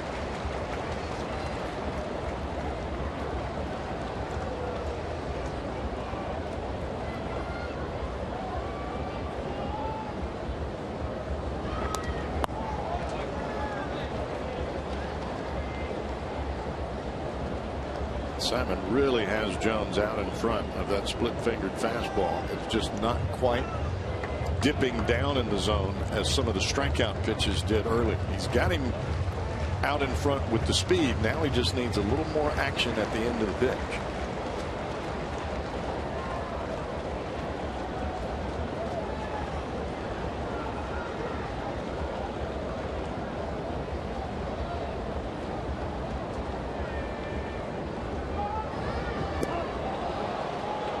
He wanted to chase that thing, didn't he? But he laid off. Simon threw that same pitch to him earlier. It's almost an ephus. Stop the body and just let the ball kind of gravitate towards the pitch. You can see the split-fingered grip as he lets that go towards the plate. He's trying to just roll that in there and trick him with the speed. A big old 5.7 on that. 57 miles per hour. Jones just does get a piece of that ball. You're the last guy that I can really remember that threw that pitch on occasion, and you'll know the name, Bob Tewksbury.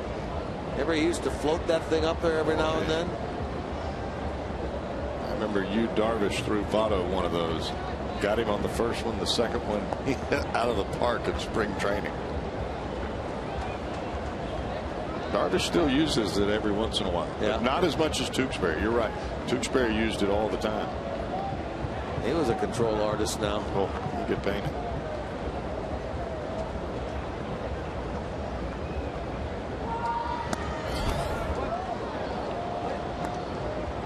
Now a full count to Garrett Jones. Ozuna is on deck. If he loses Jones, the bases would be loaded. That's a situation that is not unfamiliar to Sam LeCure when he comes in there, and when he does, more often than not, he gets the job done. Yes, he does.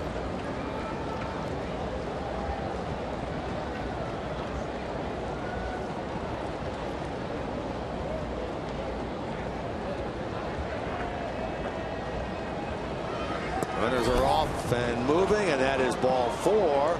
So 3 walks in the inning, 5 in the game for Alfredo Simon, and the Marlins have him loaded with 2 out. Here comes Jeff Pico.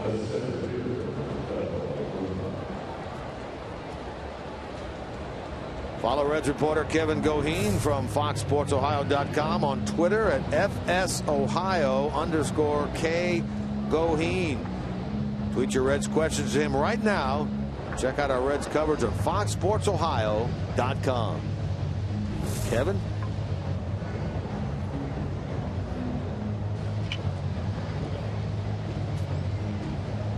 Five walks in the game now by Alfredo Simon.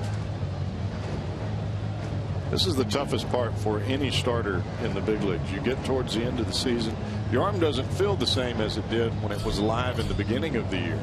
But for those guys that make 30 starts every single year, you know what to expect right now. Simon's not in that category. He's dealing with something new. And his arm may not feel really good, but he's still got some velocity to the ball. But because his arm feels a little bit dead, he's trying to overthrow, and he's leaving all the fastballs up and away. Well, 5 walks equals the walks he gave up against the Pittsburgh Pirates on the 23rd of April in terms of a season high. Now he has Ozuna up there. Marlin leading away at every base with 2 out. And he misses with the first one.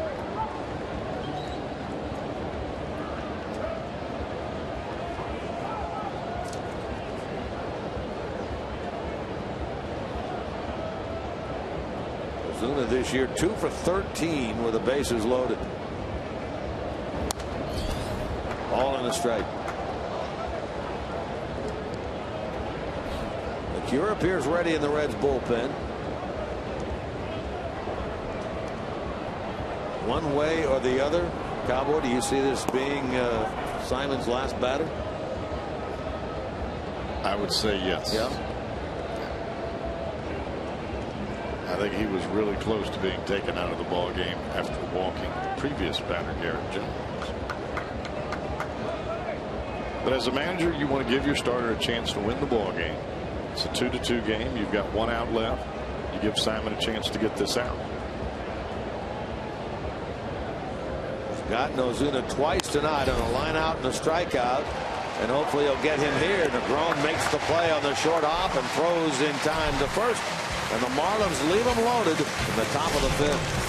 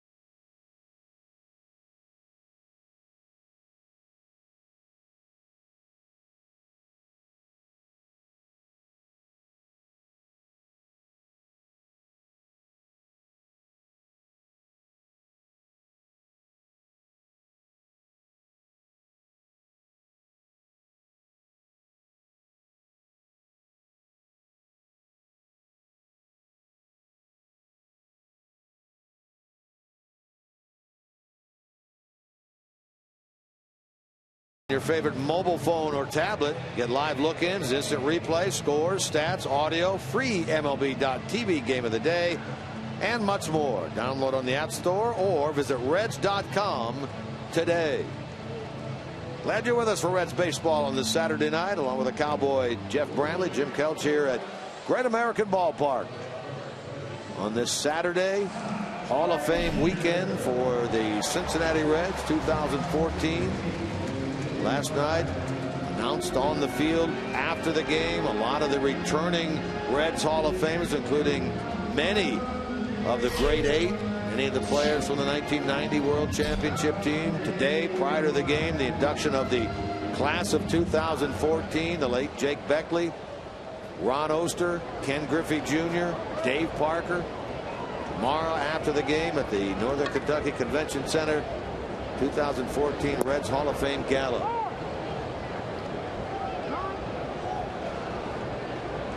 The 2014 induction class was available before the game at the Reds Hall of Fame yesterday. They were available again this afternoon at the Reds Hall of Fame.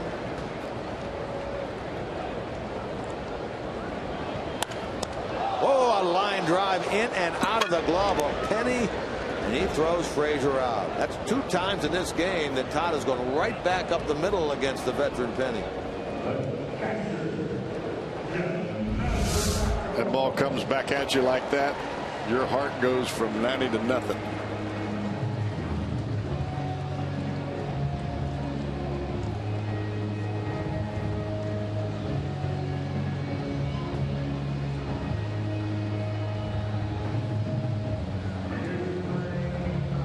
The Marlins just had an incident like that a couple of days ago, and their left-hander Dan Jennings, glad to see that he was released from the hospital yesterday in Pittsburgh. He's on the DL, having suffered a concussion. The ball hit him on the left side of the head. Major League Baseball came out. There was a story on MLB.com today about how they are working diligently to try to come up with something that pitchers can wear that is protective for them and that they are, more importantly, comfortable in wearing when they're on the mound. The Reds had the incident 2 days ago with Homer Bailey, who had that ball ricochet off his glove and hit him in the jaw. He stayed in the game, but even yesterday he said, hey, the jaw was sore. And of course the incident in spring training with Aroldis Chapman. If you think about it, it's almost like going to the plate without a helmet, and that would never happen. But that's how quick those balls are getting back to the mound. And it's happening more and more. That's the crazy part about it. Well, you hate to bring it up, but you don't want to see an incident occur to a pitcher like occurred in the minor leagues a number of years ago with Mike Coolbaugh, God rest his soul, who was hit by a line drive coaching at first base in a minor league game and ultimately died. That's what led to the coaches wearing helmets at both first and third, not only in the minor leagues but in the big leagues as well. You don't want to see that type of an incident happen until finally something really comes about. And you're a whole lot closer when you're on the mound, and especially after you release the ball.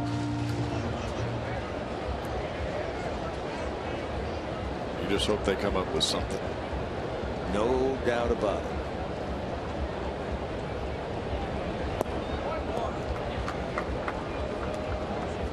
That glove's all fine and good, but when the ball's coming at your head at 100 miles an hour, and that's a lot of times that's the exit speed of the baseball, you're not getting that glove up there in time. You can forget it. As quick as you may think you are in terms of reaction, no chance.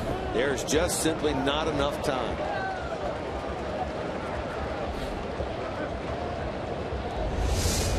Brad Penny thought he had strike 3 here. It was just off the outside corner, according to Fox Tracks.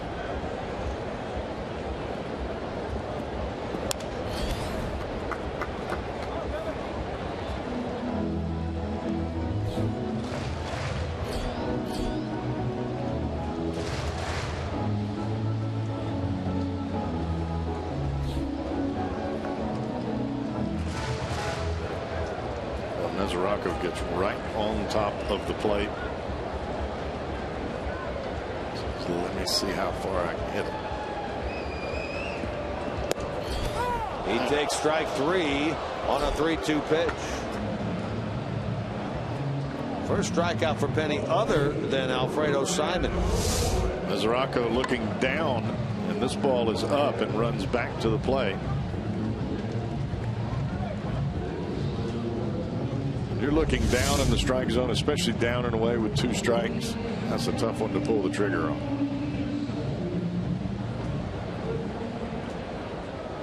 So it's Ludwig with 2 men out.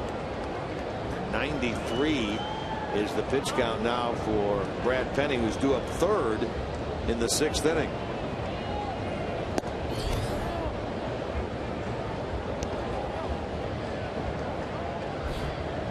Down in the Marlins bullpen shows them to be dead quiet, stone cold quiet down in that pen.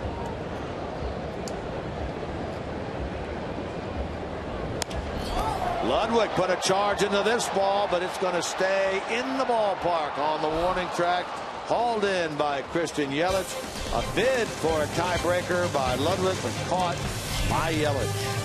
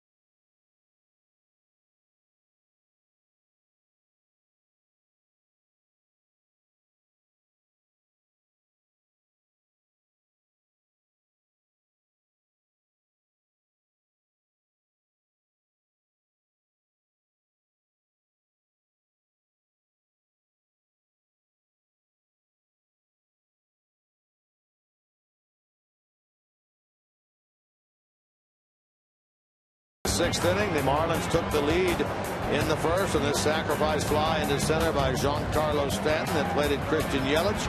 That's for the game's first run, but the bottom of the first, Jay Bruce, wearing those Ken Griffey Jr. specially made shoes, ties it with his 12th of the year into the moon deck out in right field. Frazier with his base hit in the bottom of the third drives home Billy Hamilton to tie the game. Bruce trying to give the Reds the lead, but he's gunned down by Marcell Ozuna, keeping the game tied 2-2. That was in the bottom of the third. We play into the 6th now. That's tonight's Honda game summary. New pitcher on for the Reds, Cowboys, Sam LeCure. Only 5 innings for Simon tonight. Now Brian Price will go to the bullpen. Kerr started to throw the ball a little bit more like we're used to seeing here lately. Starting to get that late little life to the fastball. I think his arm's got a little bit of resurgence to it here lately. Hopefully he'll have another good one here tonight. So Simon out of the game after 5 innings. He allows 2 runs, 4 hits. He walked 5. He struck out 5. 5 walks, 1 off of his career high. Back when he was with the Orioles in 2011, he walked 6 in a game against the Yankees. He walks 5 in this one. And LeCure comes on. He gets Jared Saltalamacchia to lead things off.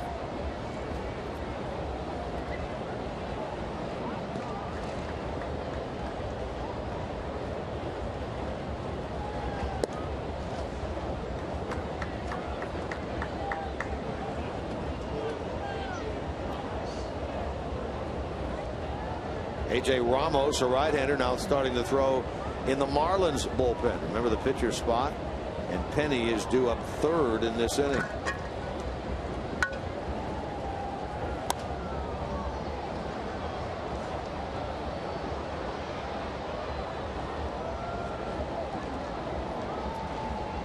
Saltalamacchia walked, scored back in the 2nd. Took a called 3rd strike and out in the 4th. Started last night in the game as well. Was 0 for 2 with an RBI and a sac fly. He and Jeff Mathis share the catching duties for this team. And as Mathis, who made the 3 starts in 4 games down in Miami against the Reds, and Mathis, who was involved in that controversial play at the plate on what turned out to be a sac fly by Frazier. The call was originally out. Marlins thought they had turned an inning-ending double play. Instead, upon review, it was overturned, saying that Mathis had blocked the path of the runner to the plate. In that instance, it was Zach Cozart. The play was overturned on the review. Mike Redmond kicked out of the game, pulled his jersey out, ripped his jersey off, threw his hat down. He was very upset. That'll be something that'll be reviewed in the offseason. Quite a few reviewable plays in Miami during that 4-game series. And we were talking about Chris Welsh and I on the TV side during that series that 2 of the biggest plays at the plate this year have involved the Reds, with the force out at the plate in Pittsburgh and then that play in Miami. Fortunately for the Reds, they both went Cincinnati's way. Ball 4 as Saltalamacchia walks to start the 6th inning. Here's that play last Thursday in Miami with Frazier and Stanton and Mathis. How about this throw from Stanton? I mean, it's right on the money. There's the safe call. Here we'll see the manager of the Marlins, Mike Redmond, come out, throw that hat down. He'll pull that jersey out. It's about as hot probably as he's ever been. You like to say hotter than a match. It was that. While you may agree or disagree with the concept of the blocking of the plate as the rule stands now, you could see on that replay that as he awaited the throw from the right fielder Stanton, Mathis moved into the path of the baseline. A veteran catcher, instincts kicked in. And that's the part that's so difficult to overcome as a player. You've done one thing that way your entire life. That's catching the ball from the outfield because you're taught to protect yourself. It's hard to change. Here's a play now tonight that we saw that Saltalamacchia did it, we thought, perfectly. Where you see his back foot on that front corner of the plate, right in this area here. That's where you've got to stand and give the base runner that backside of the plate. If you do that, you're never going to be in trouble because you're not going to step over the third base line. Saltalamacchia did it to perfection. As you mentioned at the time, he caught the ball and then moved into the path, which you can legally do. Well, you bring up a great point, and that is that these guys, Mathis, Saltalamacchia, Mesoraco, Pena, they've all been doing it the same way their entire baseball careers. That is, protect the dish at all costs, and all of a sudden, that's what you're taught from the time you ever strap on that gear. Block the plate, don't let them score. Got to be hard to do. Now all of a sudden change up. Instincts take over, as you say.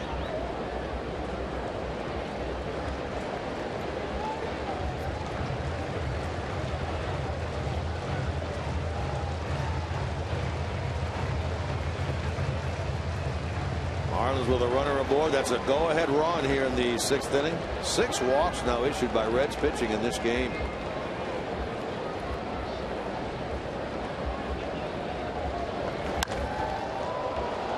Hard hit, and it eludes the glove of the second baseman Schumacher, and a base hit for Echeverria. He's now been on 3 times. A couple of hits and a walk. Like a fastball out over the plate, and we've seen Echeverria really go to the right field side of second base. Seemingly every at bat he comes to the plate. That's what has made him such a much more successful hitter here in 2014 than what we saw when he first came to the big leagues last year. Now with the action down in the Marlins bullpen, they will indeed lift Brad Penny, and Jordani Valdespin, been their starting second baseman more often than not since the All-Star break, comes off the bench to bat for Penny. I think if you're manager Mike Redmond, you've got to be happy with what you got from Brad Penny tonight.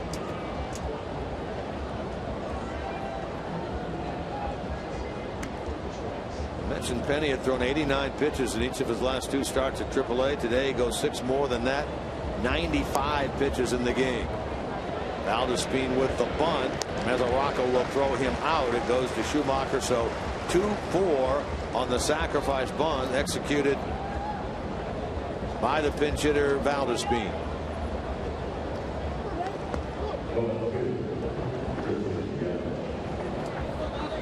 Boy, what do you do now if you're Brian Price? Second and third. Do you walk Yelich and play for the double play with Solano, knowing that Giancarlo Stanton is waiting in the wings? It's a tough decision right here. Skipper the Reds mulls it over. We'll see LeCure against Yelich. Yelich tonight 1 for 3, scored a run, driven in a run. Marlins threatened for the 2nd inning in a row. They were given 3 walks in the 5th inning and ultimately left the bases loaded. Now here with a walk and a hit, have 2 on with 1 out. Jumbo Diaz up in the pen. He's getting hot in a hurry.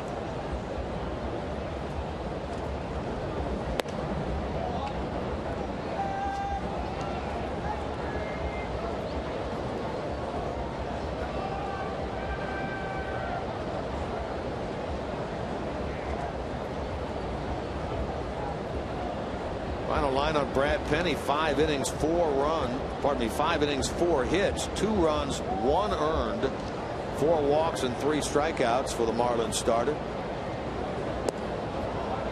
Again, he threw 95 pitches, gave up the home run ball to Bruce back in the 1st. But yeah, he retires the final 4 he faces, and really was only in trouble that 1 inning, big time trouble. That was the 3rd.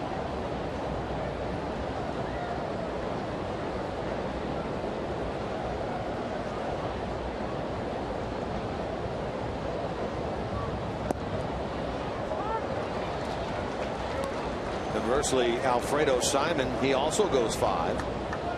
Gives up 4 hits, 2 runs, both earned. His problem tonight, 5 walks, 5 strikeouts, and 91 pitches. Neither pitcher, well, I should say Penny could still be the winner in this game if the Marlins get something here.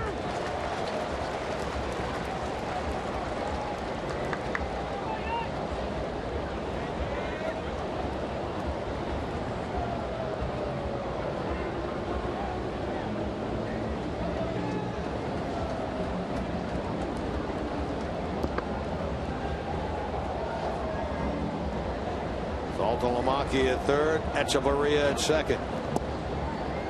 And that is ball 3. So Sam is having some difficulty locating here tonight.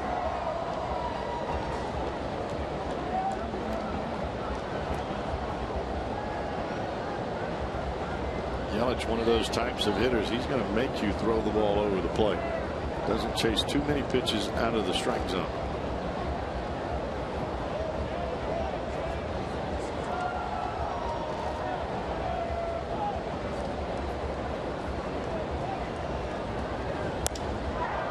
Toward right center, Bruce on the run, Jay on the run to the track, and he gets there. Tagging both runners, Salta LaMacchia, he will come home to score. Echeverria over to third, sacrifice fly. The second of the night by the Marlins. This one by Yelich, giving him 2 RBIs on the night, and the Marlins for the 3rd time tonight have taken the lead, this time at 3-2. Like a curveball from LeCure, it stayed up in the strike zone. Yelich keeping those hands back, still able to drive it into right center field. And that'll be Donovan Solano with a runner at third base and 2 men out. How about Marlins tonight? All 3 runs that they have produced have been scored via outs. 2 sac flies and a ground out. Yelich has been involved in all of them. He scored once and he's driven in 2.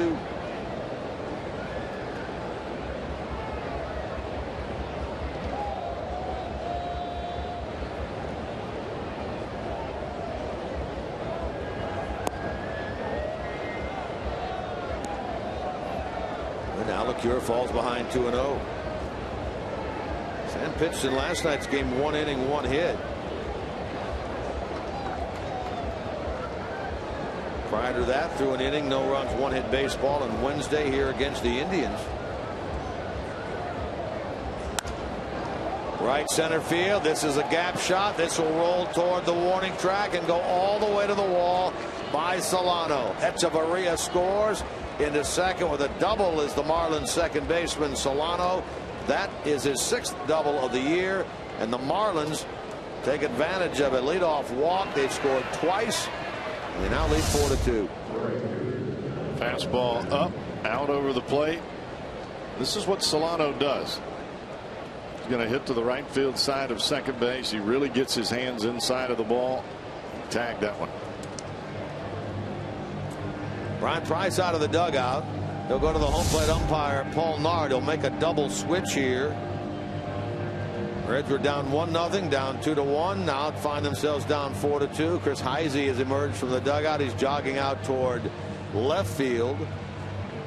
Action in the bullpen as Sam LeCure is finished. Reds will add a new pitcher into the game. This is our Skyline Chili call to the bullpen.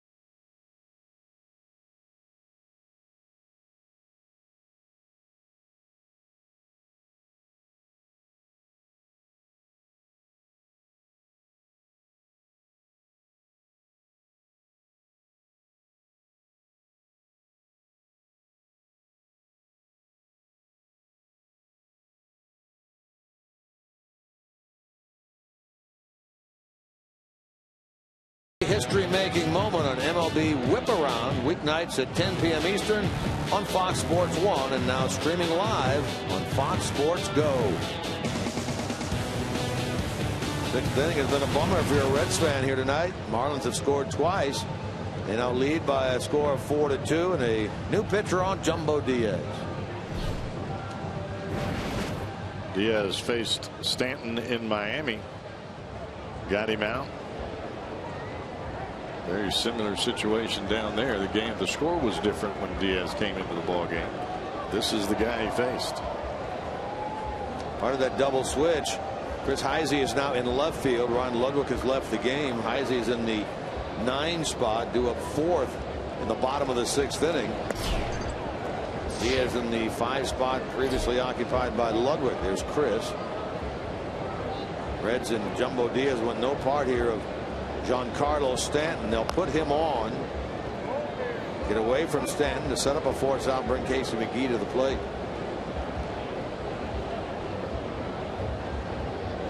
Intentional walk will be the 7th walk given up by Reds pitching tonight. And that's not something that we have seen really at all this year. Any type of control issues from any of the Reds pitchers for that matter.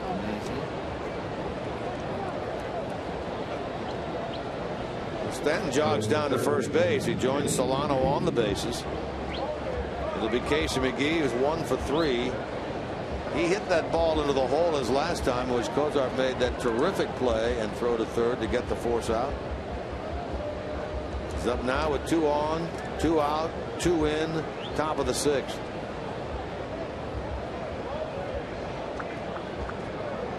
First part of the season, this is where McGee had tremendous success. They put Stanton on. He was peppering the outfield walls. He's driven in 59 runs this year. Looks at strike 1. Sam LeCure, 2/3 of an inning, 2 hits, a walk. Runs across his. Runner at second, Solano, also his. Jumbo Diaz had a terrific year. First at Louisville, now here with the Reds. Made his big league debut as a 30-year-old on June the 20th and gave up 3 runs in 1 inning's worth of work against Toronto. His ERA coming into that second game against the Cubs 4 days later was 27.00. He has that thing all the way down right now to 2.81.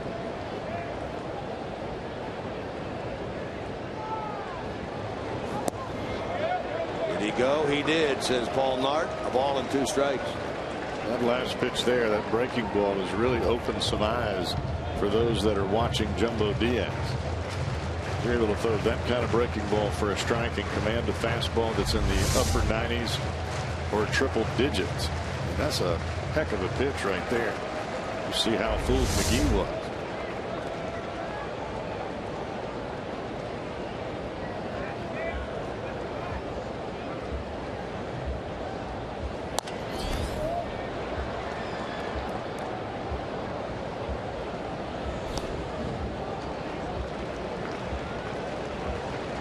Make hitters look awfully foolish when you can throw that breaking ball for a strike and then come back with a fastball like that. We talked about Diaz giving up those 3 runs in his big league debut on the 20th. This is his 18th appearance.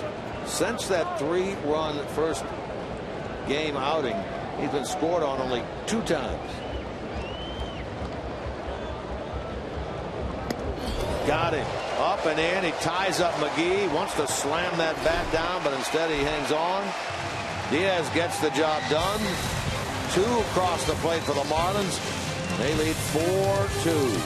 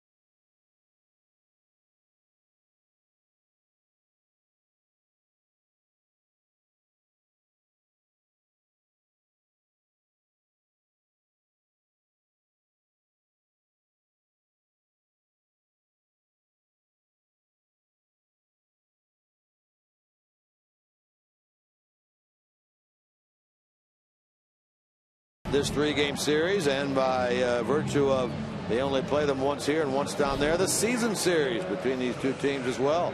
Stick around then after the game and enjoy a post-game faith concert featuring Grammy-winning band Mercy Me, presented by Prasco. For tickets, 513-381-REDS. Visit select Kroger locations or go to reds.com/tickets. Mercy Me will be in concert after the game, and I guarantee you our main man Jesse Jackson will be here enjoying that music. Schumacher leads it off. Cowboy gets a new pitcher, A.J. Ramos. Ramos has been money in the bank out of the Marlins bullpen, a 2.05 ERA. The only issue that he's had when he's been in trouble is the base on ball.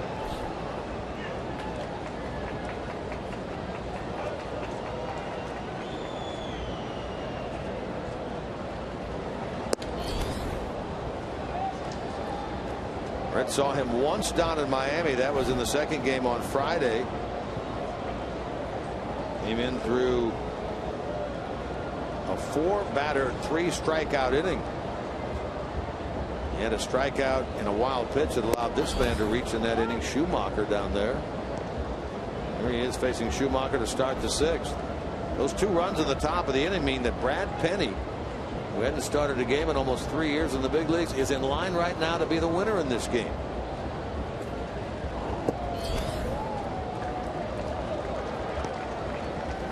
It's the only change for the Marlins. Ramos is in the 9th spot.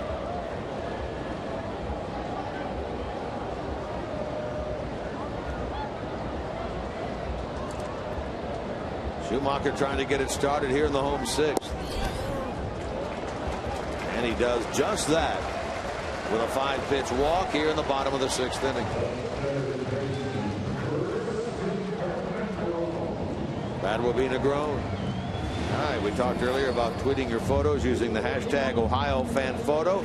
Here's tonight's fan photo of the game, brought to you by AT&T. It's Greg. There he is. Looks like he's ready to enjoy Reds baseball here on Fox Sports Ohio. Has his Reds shirt on. Checking it out. Getting that photo taken. Ready to tune in Reds Live and then Reds baseball and then Reds Live post game. Going the whole gamut. Thank you for your picture, Greg. We appreciate it.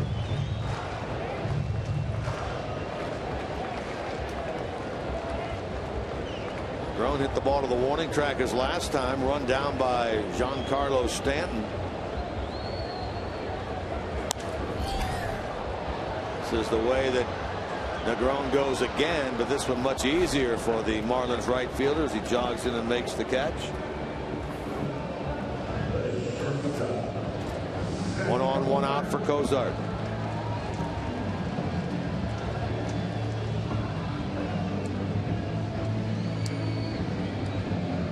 Base hit his last time. Cozart a single into center field. He had a modest 3-game hitting streak ended last night. Gets the hit tonight, so hitting 4 of his last 5.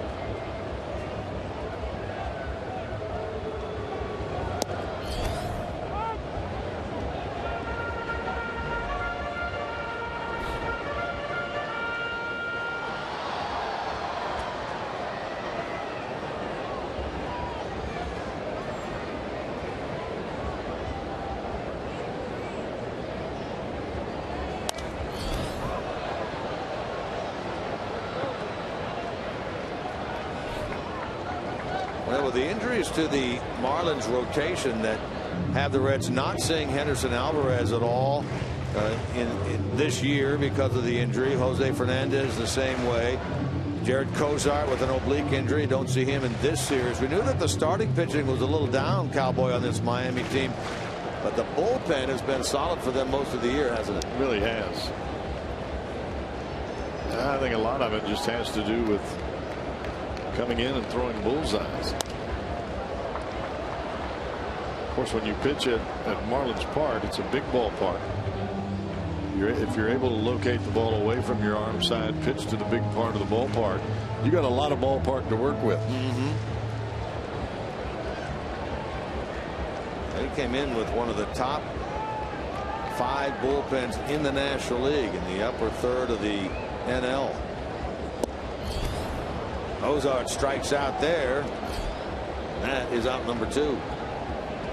Now as part of the double switch, Heisey is in the 9 spot. He'll bat with a runner aboard, 2 out. Well, that thing stayed low and then went lower, didn't it? Started it down where his fastball normally would begin. He took a little bit off of that one, and Zach just swings right over the top of it. 2 out for Heisey, up there for the first time in this game. Starts the evening at .223 with 4 home runs. He's driven in 14.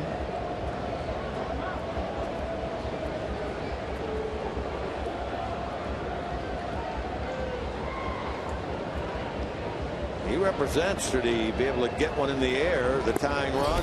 He has 1 home run since the All-Star break.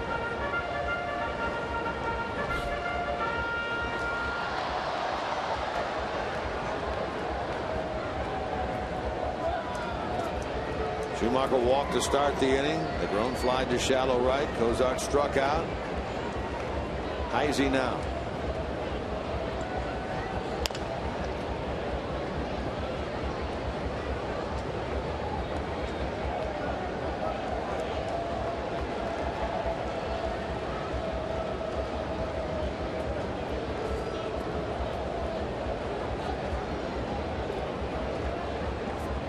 Reds down 4-2, 6th inning.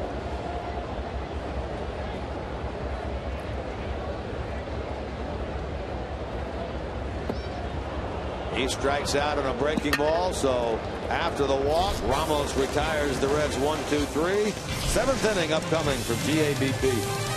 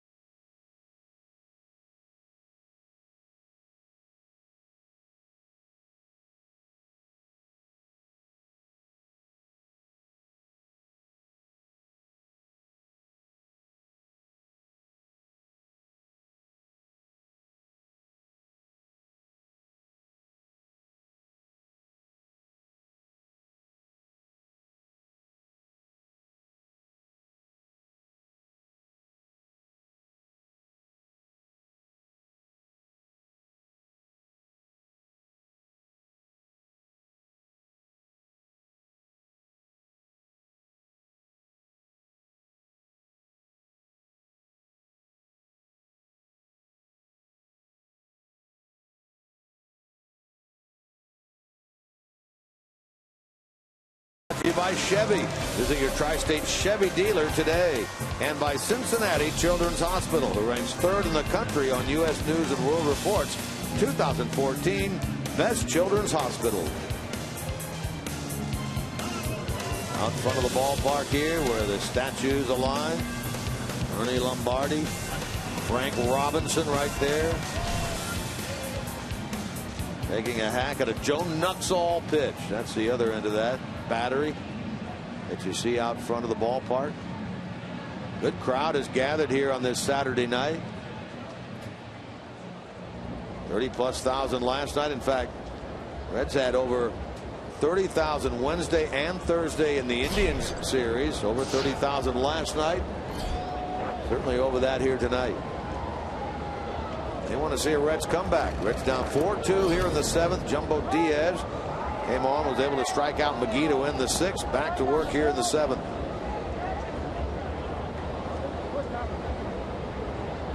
Garrett Jones first, then Marcell Ozuna, then Jared Saltalamacchia.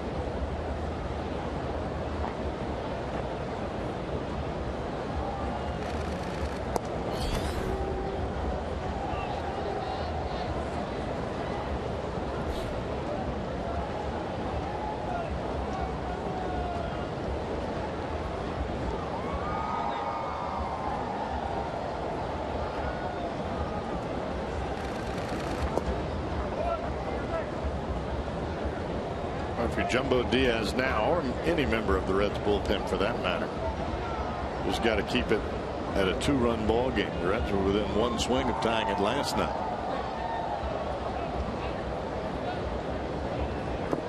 Batten down the hatches pitching wise. Reds will have the top of the order up in the bottom of the 7th inning. Hopefully still only down by a pair. The Jumbo falls behind 3-1. Reds have walked 7 tonight.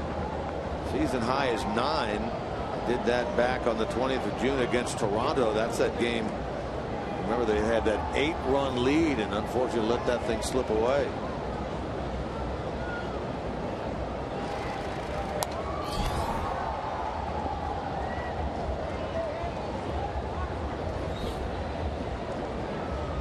Garrett Jones, longtime Pirate, signed as a free agent in the offseason with this Marlins club.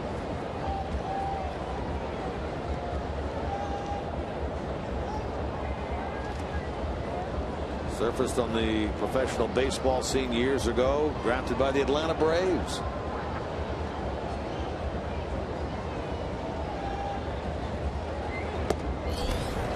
And Diaz does a nice job of coming from behind at 3-1 to strike out Garrett Jones. Now it's time for our Cholula hot sauce flamethrower. That was some gas right there. Check this one out. 99 up and out of the strike zone. Saw a swing earlier by McGee on a ball that almost hit him in the chin, and he struck out on, and that pitch up and out of the zone there. Those upper 90s fastballs tough to judge whether they're up or down.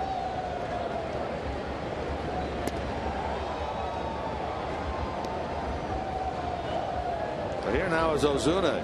He's lined out, struck out, grounded out, 0 for 3 in this game after getting a pair of singles yesterday.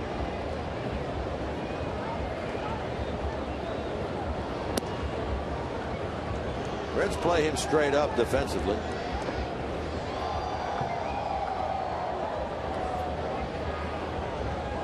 Trying to stay healthy here at the end of the year this year, Ozuna.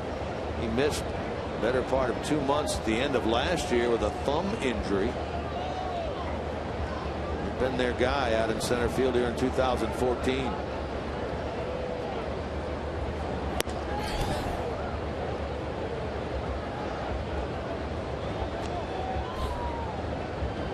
Now Jumbo falls behind 3-0.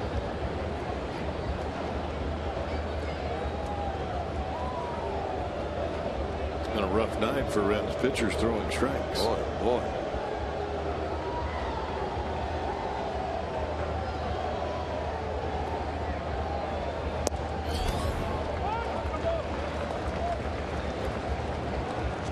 Start the day 5 out in the Central, 3 out in the wild card of the National League. Milwaukee is leading tonight 4-1 at home over the Dodgers.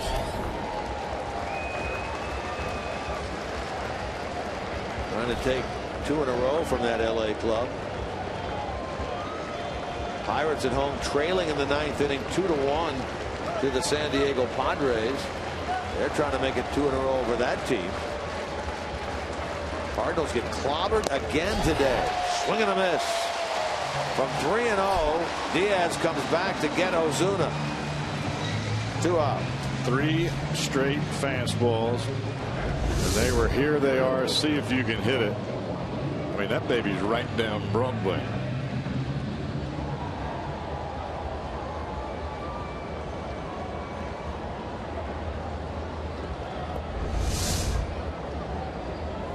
Cardinals lost today at Baltimore 10-3, a day after they gave up 12 in yesterday's game. Today, John Lackey gets beat around. He gives up 9 runs, 13 hits in 5 innings. Fault to LaMacchia, to Heisey in left. Diaz gets the job done. 1-2-3 in the 7th. Stretch time at Great American Ballpark.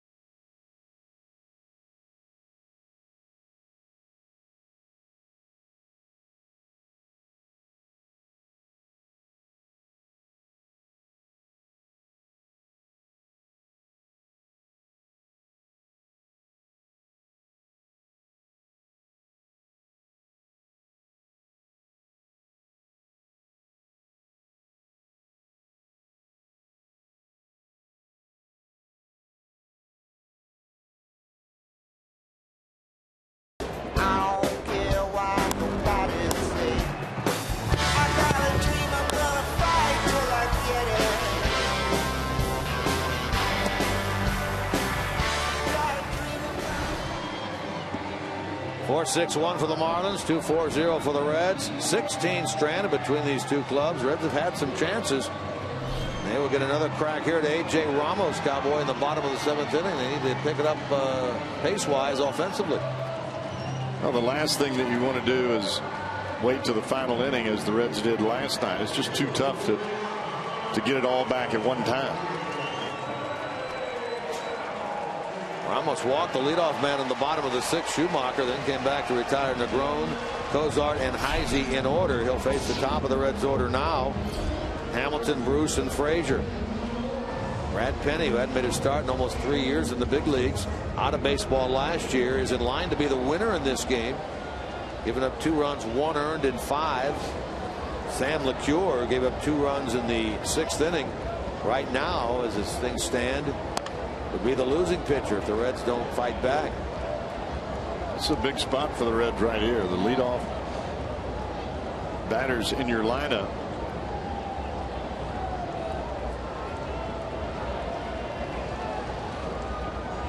You'd at least like to see the Reds get 1 back here.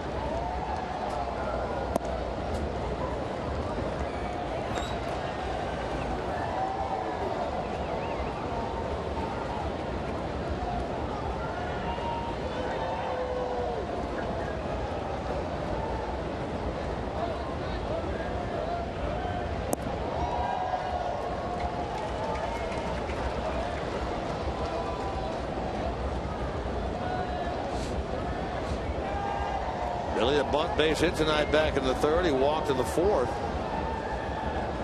They pinch him on the corners.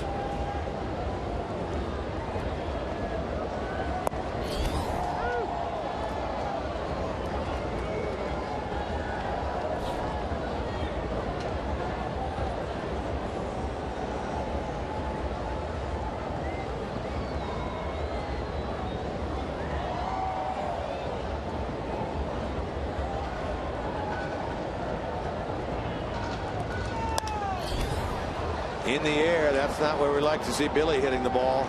To left field and handled by Yelich. 1 out. Here's Jay Bruce. He's the subject of our Nissan drive of the game tonight. This is back in the 1st inning. High, deep, and into the moon deck out in right field for Jay Bruce's 12th home run of the year, and in the process snapped the homerless streak by this Marlins team at 11 consecutive games without allowing a long ball. That one tied the game in the 1st at 1. That's our Nissan drive of the game. How about our Nissan drive of the game times 2? It's amazing. It's amazing seeing those replays and seeing the wrist action and the hand position on the bat as these guys make contact. You even see the bat kind of give a little bit as they drive the baseball.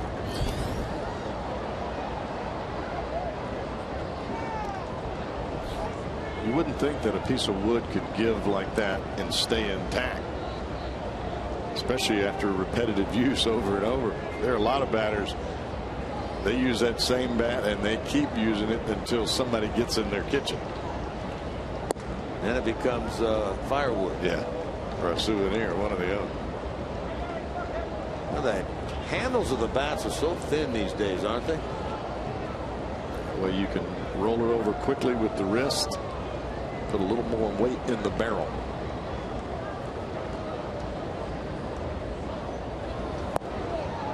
Bruce chased that 1-2. He strikes out. That's 3 strikeouts now for Ramos. He's retired 5 in a row. Batter will be Frazier.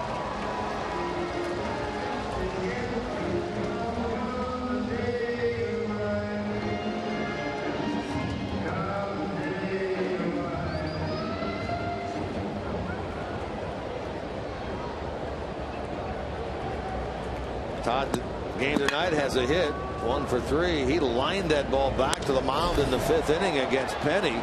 Shoots one here to center, hit pretty well, but Ozuna right there to handle it, and a nice job done. 2 innings worth of work for A.J. Ramos.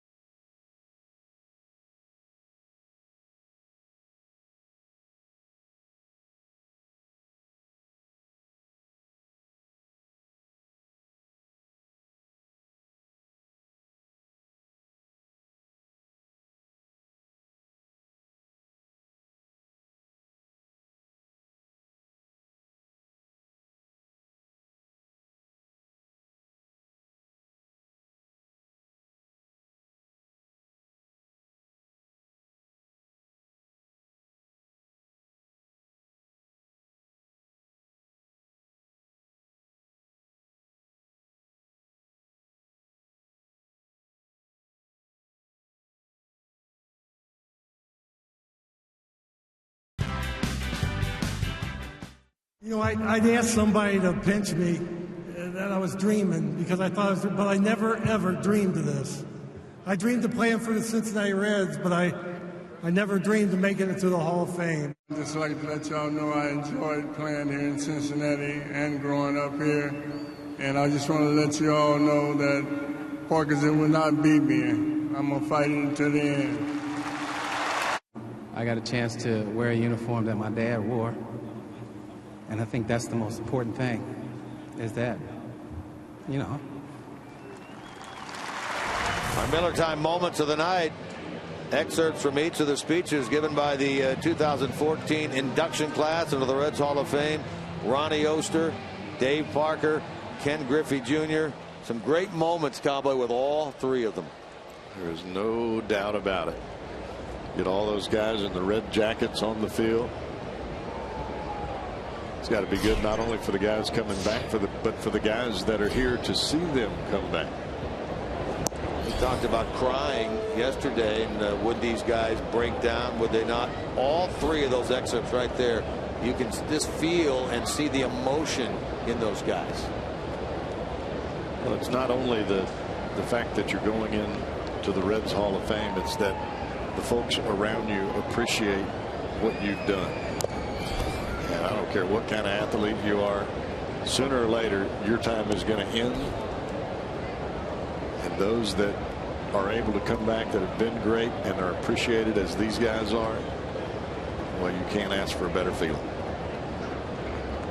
If you didn't happen to catch it all or any of it in the Reds Live pregame, the induction speeches down in the field prior to the game tonight, we'll have more of that coverage coming up on Reds Live postgame tonight.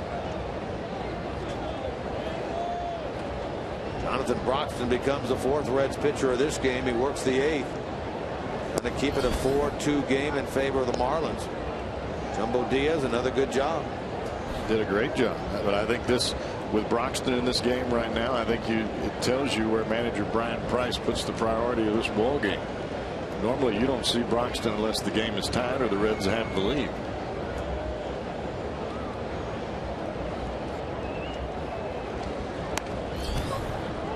Broxton gets off the mound and fields this ball. Bare hand pick and throw to get Echeverria to start the eighth. Sundays are family days here at Great American Ballpark, and tomorrow is one of those, so take advantage of the Reach Magazine family deal and see your Reds in action against these Miami Marlins. When one member of the family purchases a full price ticket, they'll get the option to purchase 3 additional tickets at half price. Plus, every Sunday home game features a kids giveaway. For tickets, 513-381-REDS. Select Kroger locations or reds.com/family. 1:10 game tomorrow, then an off day on Monday, and then the Reds get more interleague play against the Boston Red Sox. Coming up here Tuesday and Wednesday. They owe that little Red Sox club something, don't they, Cowboy, from the visit out there in May? I would say so.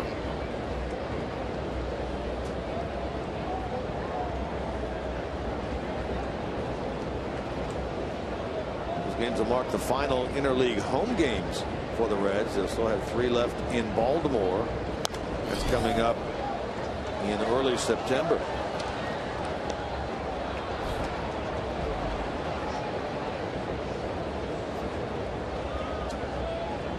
Well, you normally see Reed Johnson batting with a runner in scoring position. He's been their top pinch hitter off the bench. In fact, one of the top pinch hitters in the National League this year, Reed Johnson, who's batting here for Ramos.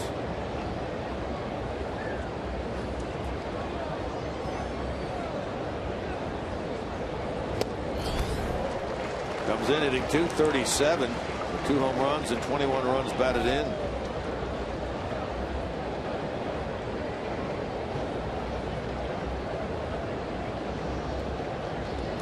You say, well, that's not a real high batting average.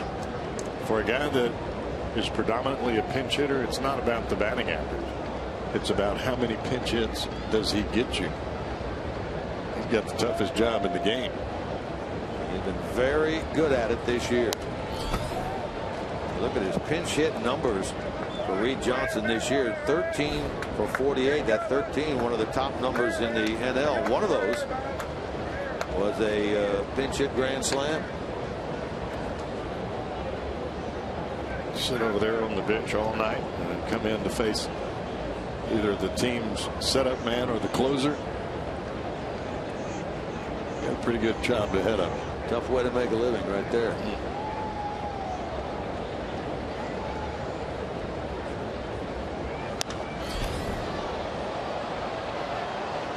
Three Reds players converge on this ball, but it's up and into the seats and out of play. Big crowd tonight. We mentioned 34,768. 34,768 on this Saturday night. This marks the 4th game of the 7-game homestand, and all 4 dates have drawn over 30,000. A weekend that I know the folks like us who cover the Reds look forward to every other year. Hall of Fame weekend, to see some of these many Reds players come back, to see who the new induction class is going to be. Been a pretty good 2 days so far with those guys. One more tomorrow with the gala, the Northern Kentucky Convention Center tomorrow night after the game. Need to mix in a win here. Come from behind win tonight. Get it from the get-go tomorrow with Johnny on the mound. Take 2 out of 3. Make tomorrow night a lot nicer, wouldn't it? Yes. Talk about wins. Seems like every time Cueto takes the mound, it's a must-win situation. That's part of being the #1. Broxton trying to keep this one within reach here in the top of the 8th. This is what we're talking about with Reed Johnson. He's just fouling pitches away. Cowboys staying alive. Experienced hitter. He's been around a long time. You hear that term veteran off your bench? Well, this guy would qualify. Not intimidated by anybody that takes the mound. He's going to get some pretty good swings, as we've seen in this at bat. This is the kind of thing that the Reds thought they were getting with Brian Pena and Skip Schumacher this year, and unfortunately, due to injuries, those two have been forced really into playing on an everyday basis more often than not. Yeah, I think Brian Pena has more at bats this year than he's ever had in his career during a season. He's had a lot of career highs this year. You're right.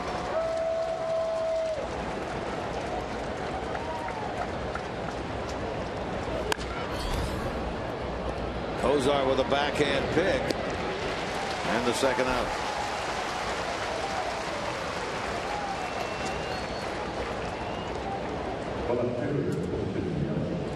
Two down for Christian Yelich.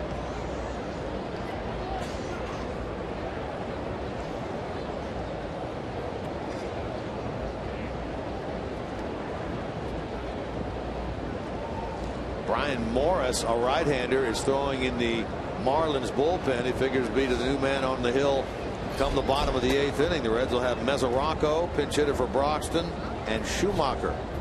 Anybody gets on Negron, hopefully down only by 2 at 4-2.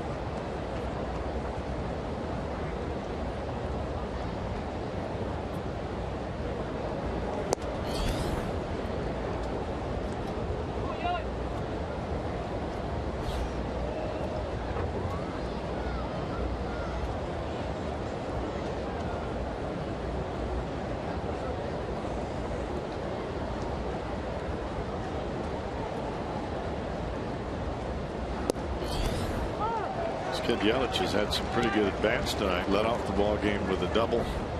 Only has that 1 hit.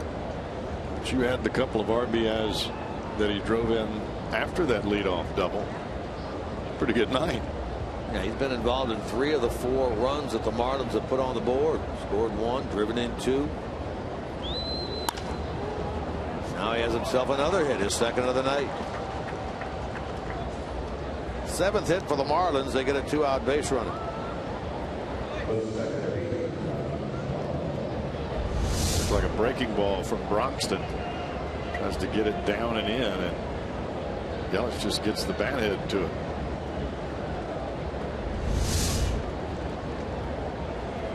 So at 2 out, it's Donovan Solano. It's his double to right center field that spelled the end of Sam LeCure's outing tonight. That made it a 4-2 game.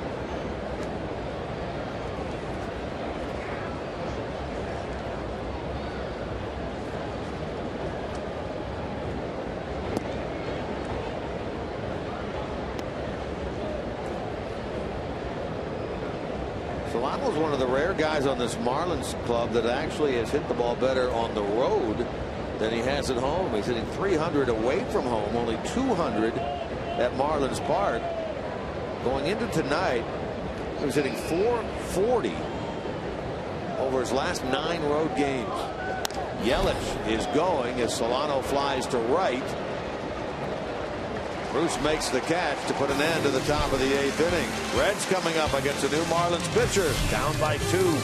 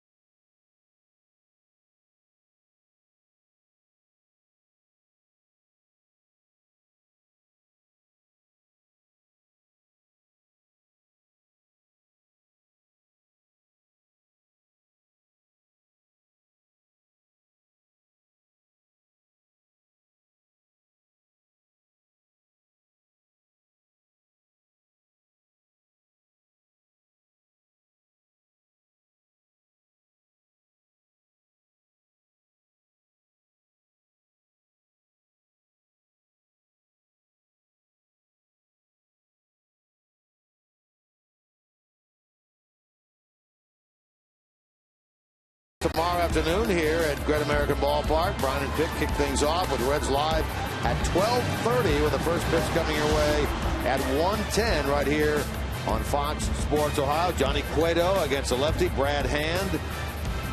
Young man the Reds have never seen. He's had a pretty good second half of the season thus far. Johnny, of course, a 13-game winner, one of the top ERAs in the league. Top strikeout numbers, top innings pitched numbers. Last time out, his 4th complete game. And a very, very good pitcher during day games. A 1.59. 1.59 ERA during the day for Johnny Cueto. He'll be on the mound here tomorrow for Cincinnati. Question is, will the Reds be looking for their lone win of the series, or will they be looking for a rubber game victory and a 2-games-to-1 win in this series? If that's to be the case, they have to come from behind here tonight, and they'll do it against this guy, Brian Morris. He takes him out in the bottom of the 8th. Morris cuts every pitch he throws. Hard, harder, and hardest. 6'3", 225-pounder out of Tullahoma, Tennessee. Former first-round pick by the Dodgers.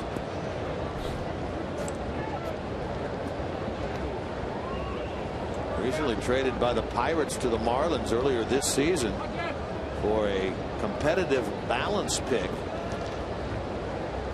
Morris had an outstanding year last year. I should say earlier this year as a member of the Pirates. But with the Marlins, he's been outstanding.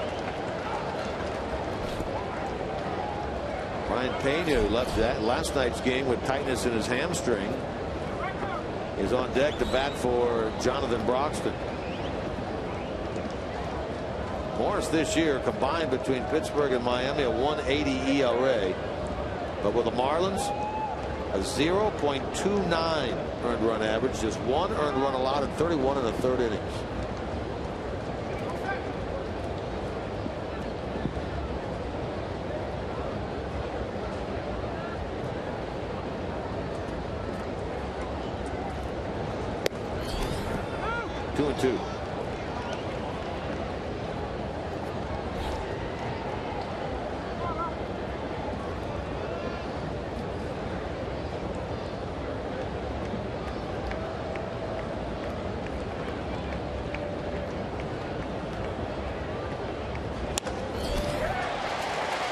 double down the left field line. It looks like off the bat of Devin Mesoraco. He had a 9th inning double last night. He's going to get a 2-bagger here. That ball rolled away momentarily from Yelich, but he gets it back in. 2-base hit, Mesoraco. Mesoraco just goes down and hits this ball. Look where this ball is. You can watch the catcher's mitt. Saltalamacchia is reaching in the dirt away, and Mesoraco hooks it down the left field line.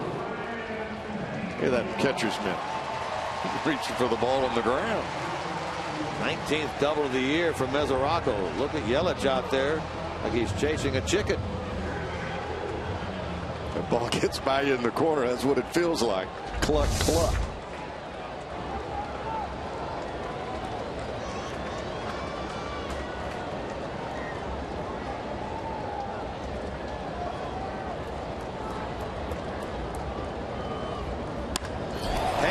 Shoots one out to right field, and that ball bounces off the wall. Mesoraco had to wait to make sure that thing wasn't going to be caught.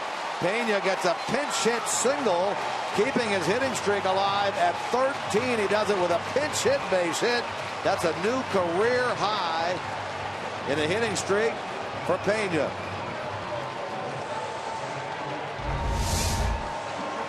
His legs may not be feeling real good, but he jumped all over that fastball. Brian Morris is fortunate that ball was not out of the ballpark. He'd have caught it a little bit more on the barrel instead of down the bat. This game is tied up. Those hands roll over. I love that shot. Phantom Cam, I love you. Let's go downstairs now to Jim Day with more on Brian Pena. Well, they're very aggressive with the treatment on the hamstring last night during the game when he came out, and then again today. And he told his skipper that he was available, but the short burst and flat out sprinting he could not do. And as you saw, he was laboring down the first base line. And I was going to say as he was at bat that if he gets on, they're going to pinch run for him. So he one of those things where he could swing the bat, obviously helped his team. And he didn't want to tell anyone about the hamstring until he absolutely had to, and that night came last night. Thank you, Jim. And again, a new career high in terms of a hitting streak for Brian Pena now at 13. This is Schumacher. Tying run at first is Mike Leake running for Pena. And a bouncing ball to the shortstop. There's one. Safe at first. They may challenge this one. Mesoraco scores to make it a 4-3 game. Mike Redmond at the top step of the Marlins dugout. RBI for Schumacher, number 18. Mike Redmond taking his time, wanting the good word from his video folks as to yay or nay. He gets a nay. Here's a look. Quick turn by Solano. Schumacher with that last little lunge to the bag. Here's a good view of it right here.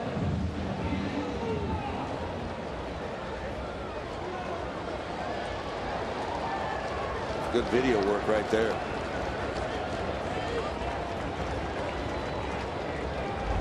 Now it's Negron with a tying run at first and one out. It's the same cast of characters, Cowboy, but in the 9th inning last night.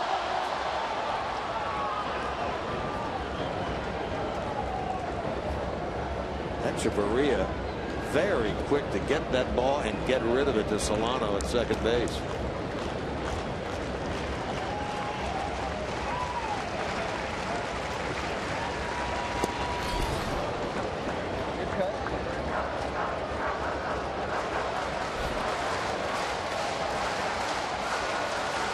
Cozart is on deck.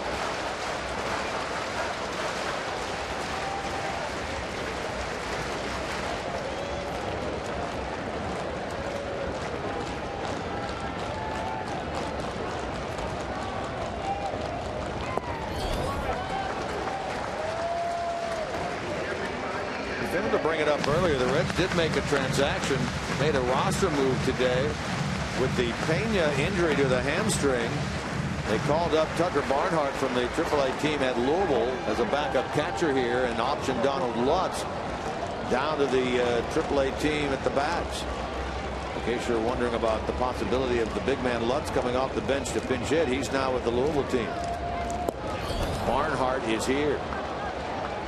Again, Brian Price said prior to the game, I'd like to think that Pena would be ready for catching duties tomorrow, but I don't know. Based on what we just saw there, running down to first base, I don't think so. I'd call that highly unlikely, wouldn't you? I would concur. Negron 0 for 3 tonight, and at 2 balls, 2 strikes here. Struck him out. Nasty stuff from Brian Morris. You're looking away and you get this. Make you look a little rough at the plate. You're looking for that ball to come back, and it darts away. Well, on this Saturday night, August the 9th, we pass along happy birthday wishes to Paul Dawson, turning 70. Watching Reds baseball tonight. Happy birthday, Paul. So Paul shares his birthday with you. Happy birthday, my partner. He does indeed. Thank you, Cowboy. Thank you very much. Nothing like working on your birthday. Gotta love it if it's Reds baseball, right?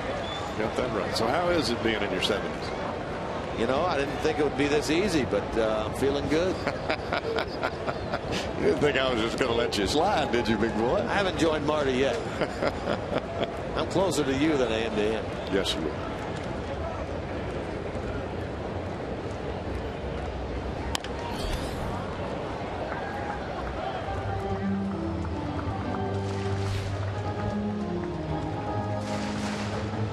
Looks like the Reds have Aroldis Chapman throwing in the bullpen. We may see Chapman in the 9th, as we saw Broxton in the 8th. Brian Price leaving nothing to chance here, even with a day game tomorrow. Of course, you do have Johnny Cueto.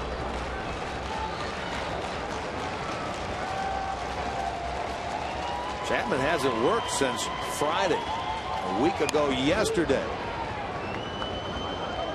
He is indeed, as you can see, throwing in the bullpen.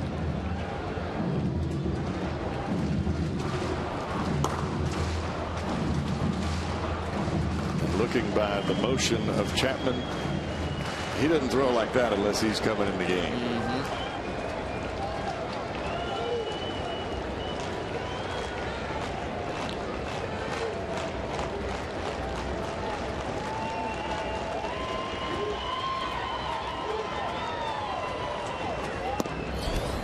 2-2.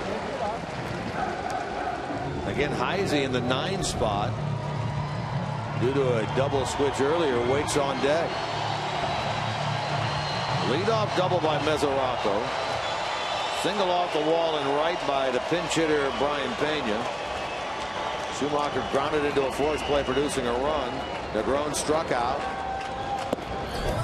Now Cozart will get a look at a 3-2 pitch, and now Leake, who's running at first base, pardon me, Schumacher, who's now at first base, will be on the move on this 3-2 delivery. This game has become a battle of the bullpens, and you mentioned it earlier. Spot of the bullpen has thrown the ball awfully well.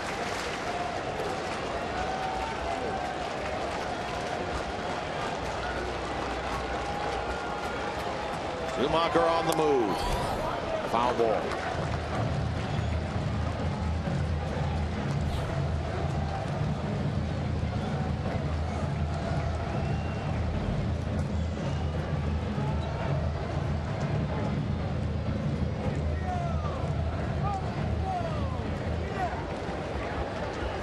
Well, Chapman is indeed coming into the game. What a matchup we'll have in the top of the 9th inning. The first man up, Giancarlo Stanton.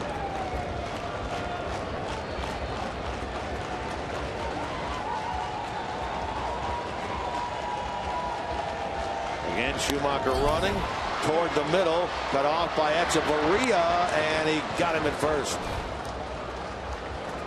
So Cozart retired. The Reds leave the tying run on.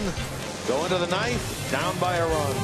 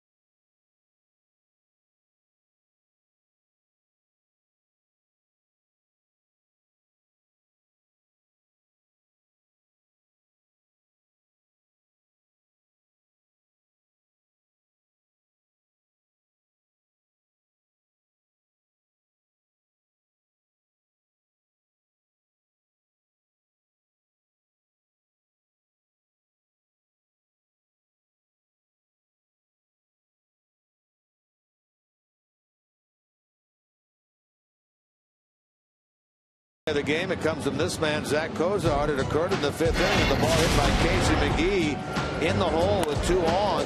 The only play Cozart had to third. Heads up play. Got the ball over there to Negron. They get the force out on Donovan Solano. That's tonight's John Morrell hot dog play of the game. We got 2 of the best fielding shortstops in the business right here tonight, don't we? And we've seen evidence of it. We saw it in the 4 games in South Florida, and we've seen it here in not quite 2 complete games with another to go tomorrow. Well, entering the game for the Reds, Aroldis Chapman. Appearance number 36. As we said, it's been over a week since he's been out there.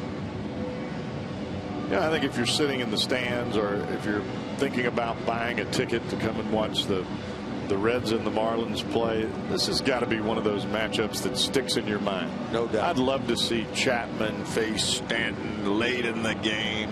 Chapman throwing 102. Stanton swinging as hard as he can. See who comes out on top.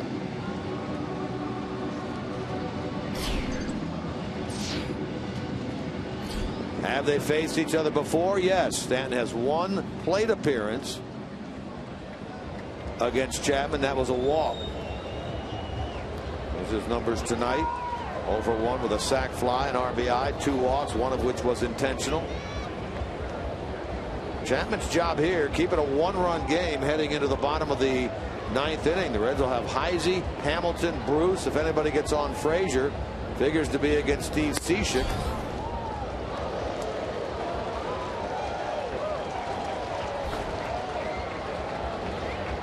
.102 on that first one from Aroldis Chapman.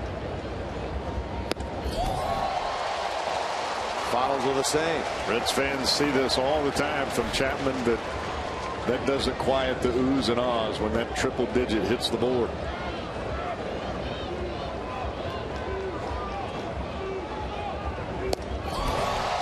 How about 3 in a row? How about a little Louisiana Bayou? That was in the mitt by the time he swung it back.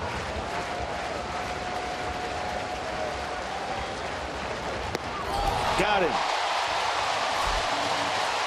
103.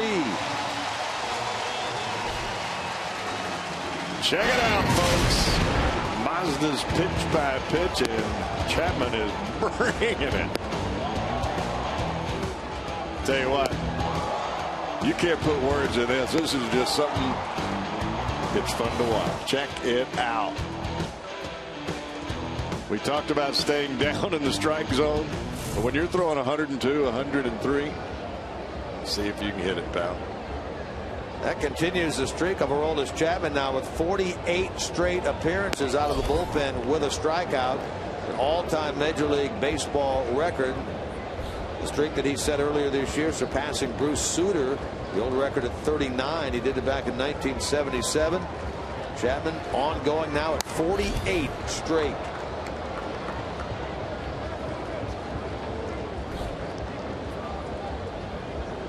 And you know, there's got to be a little bit of pride involved in those kinds of matchups. I don't care if you're Aroldis Chapman or if you're Giancarlo Stanton. Casey McGee in this game 1 for 4. Lifetime against Chapman 0 for 7.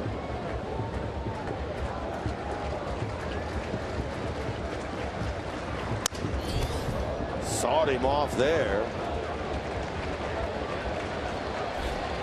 McGee just throws his bat away.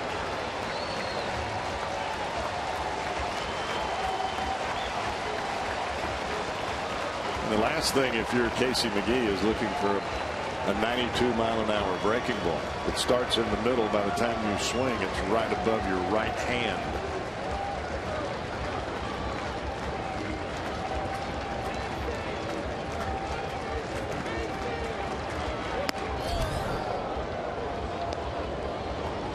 He has not thrown a pitch under 102 via fastball tonight, I don't believe, has he?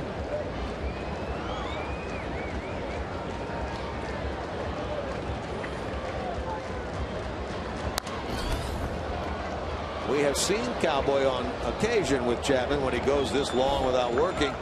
a little bit of wildness, but we're not seeing that tonight.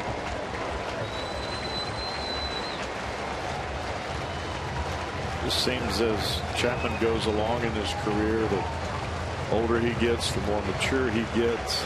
Those days off don't create the wildest. He's able to make the adjustment really fast when he takes the hill.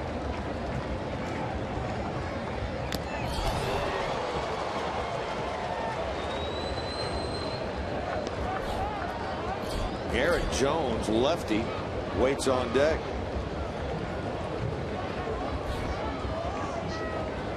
Steve Cishek, the closer of the Marlins, is indeed throwing. He saved the game last night for them. Now without some trouble in the ninth. Full count.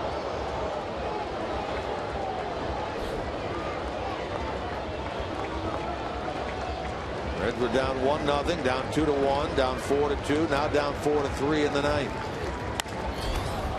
Soft liner to Kozar, 2 out. How's Garrett Jones feeling right now? He's thinking, well, I faced this guy 7 times. He struck me out 4 times. Here's what he's done tonight now. 103 on a number of occasions. 92 may have been what? The slider that he threw. 92 was a breaking ball. Better than many fellows' heaters. They're not.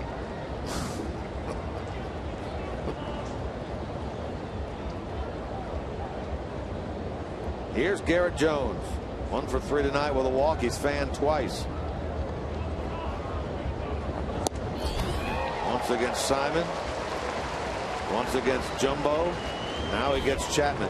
I like to watch the left-handed hitters, that front shoulder and that front hip when they face Chapman for the first time. Much as they want to keep it in there, it doesn't happen. Strike 2.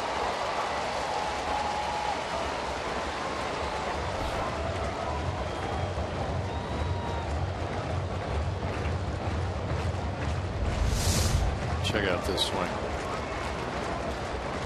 That ball is in the mitt. High and deep into right. Jay near the wall. Jay will leap for it, and he can't come down with it. Hamilton will get it back in. That's a double for Garrett Jones. His first career hit against Chapman.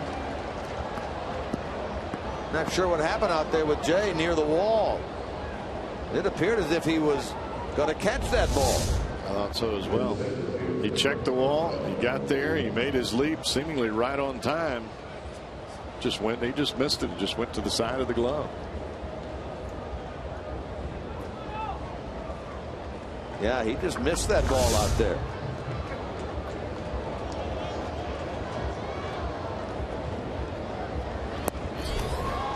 I think Jay thought that ball was hit higher on the wall than what it actually was.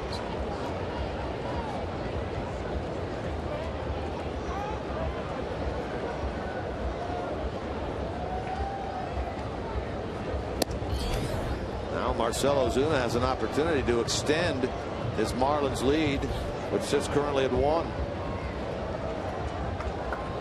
Double for Garrett Jones, his second hit of the night.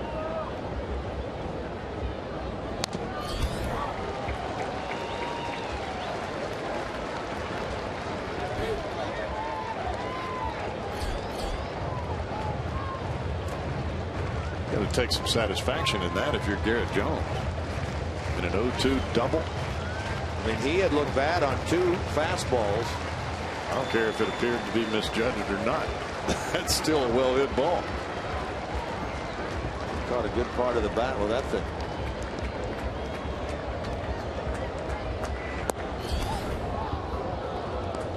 How about that? A 92-mile-an-hour changeup.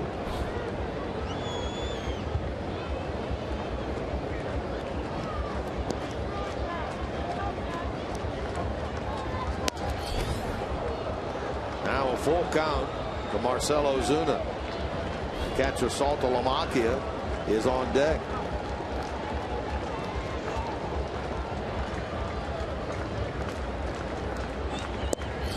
He walks it. So he gets the first two in quick fashion, then gives up the double to Jones, and now a walk to Ozuna. We'll see Jared Saltalamacchia turn around and bat from the right side.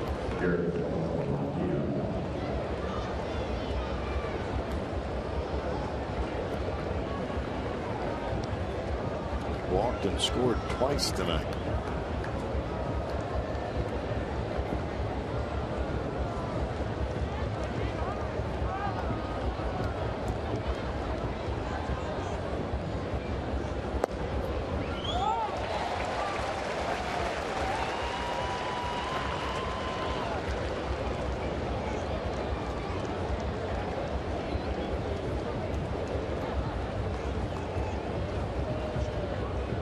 Saltalamacchia 0 for 1 lifetime against Chapman with a strikeout.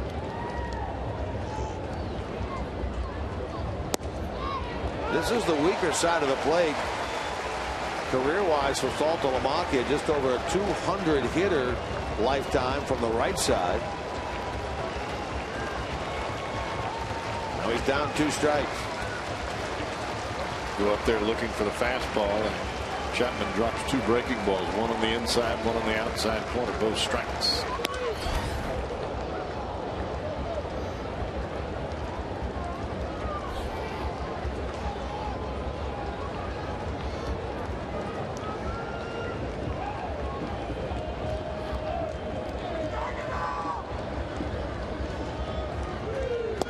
Got it. 2 strikeouts in the inning. More importantly, no runs crossed for the Marlins, and so we go to the bottom of the 9th. Reds down a run at 4-3.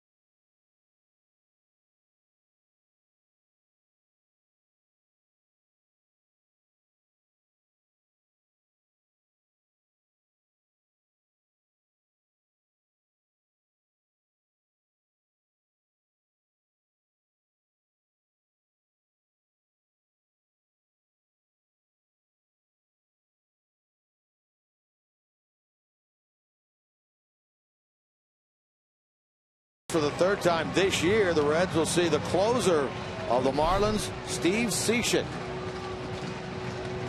Comes out of that pen throwing strikes. He got himself in a tough situation last night, but he was still able to work out of it. He bent, but he did not break. Gave up a run to the Reds. Still able to close it out and get that save. Doesn't have quite as much room to work with tonight. Yeah, last night he went out there with a 2-0 lead. Tonight a 4-3 lead. You have any number of players that are due up here that are capable with one swing of tying this game. Talking about Heisey, Hamilton, who has surprising power with 6, then Bruce, then Frazier, possibly Mesoraco. Let's see what they can get done, if anything, against the closer of the Marlins with 28 saves. Steve Cishek into the game. A little unorthodox in the delivery. Always out of the stretch.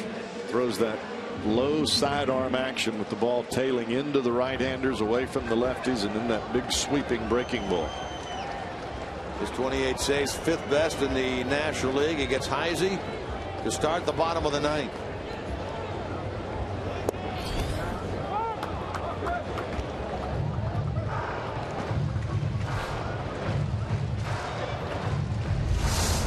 Watch Cishek. You could see him lean over. Watch where his arm comes through. Not over the top, not downright sidearm, but somewhere in between. Tough to pick that ball up.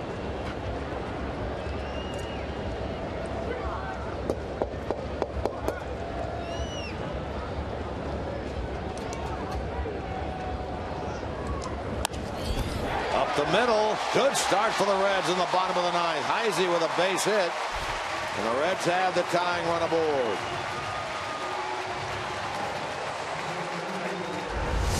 Check out Cishek as he comes through. Look at the muscles in the arm as they twist and turn. As he comes down below the shoulder, rolls over that ball. The one thing you have to guard against when you throw from that angle is the ball running back over the heart of the plate when you're going down and away. And that's exactly what happened to Heisey there. Ball runs back to the plate. He hits it right back up the box. On all three appearances against Cishek this year, the Reds have been able to come up with at least a hit. So he's not retired them in order. We talked about last night. He's not your classic closer, your hard thrower like Chapman or some others. Now it's Hamilton.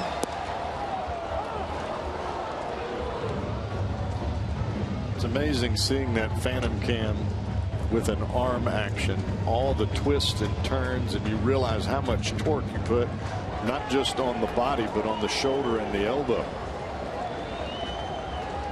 You see it. Twice Billy shows bunt. First a strike, now this one a ball, one strike.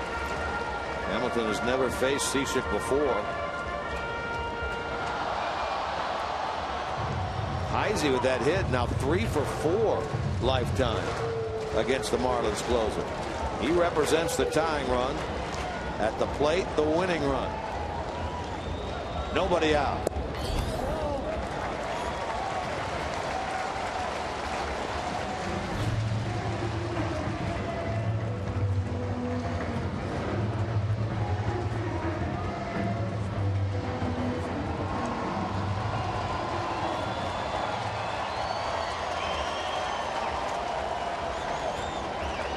Billy tonight 1 for 3. Now he's going to get a look at a 3-1 pitch from Cishek. The tying run at first and nobody gone here in the bottom of the ninth. Jay Bruce on deck.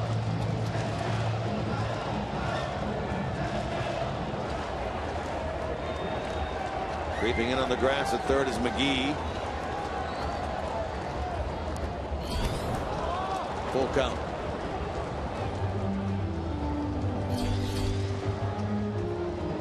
Brewers have already won. Mike Fiers defeats the Dodgers 4-1. Again, the Reds started the day 5 games behind in the division. The first place Milwaukee team has posted a win. Cardinals lost 10-3. The Cardinals are now 3 games out. Throw to first, and they have Heisey picked off. Heisey is tagged out by Echeverria on a quick throw to first by Cishek. Heisey looked like lost concentration for a moment, and he is made to pay by the Marlins. Looks like Heisey was leaning towards second base. There's a major mental mistake right there.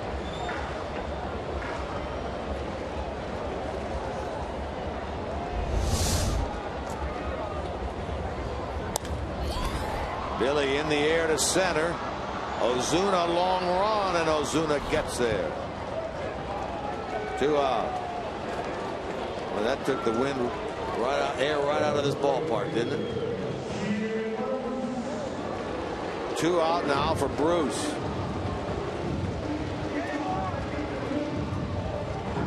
Certainly not out of the realm of possibility that Jay could unload on one here and tie this game. He hit a home run earlier.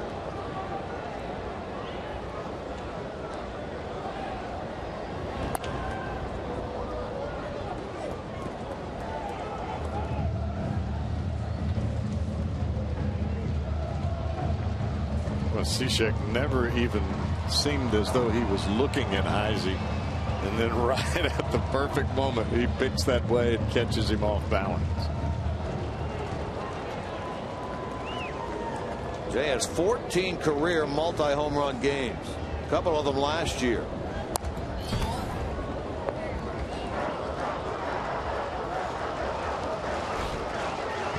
We'd love to see another one right here.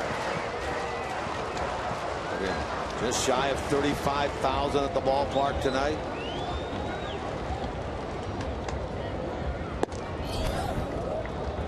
One and two. Talked last night about the Marlins. They came into this series with 26 one-run wins, the most in the big leagues. They made it 27 after last night. They're trying to make it 28 here tonight. And they do, as Bruce strikes out against Cishek and ends the game. He gets his 29th save. Saves it for Brad Penny in his first big league appearance since 2012. First big league start since September of 2011. They hang a loss on Sam LeCure. The Marlins have won 2 one-run games in this series. They'll go for the sweep tomorrow afternoon. Reds will try to garner 1 victory. Reds Live post-game comes up next. 4-3 final. Marlins a winner. This copyrighted telecast is presented by authority of the Cincinnati Reds and may not be reproduced or retransmitted in any form. And the accounts and descriptions of this game may not be disseminated without the express written consent of the Cincinnati Reds.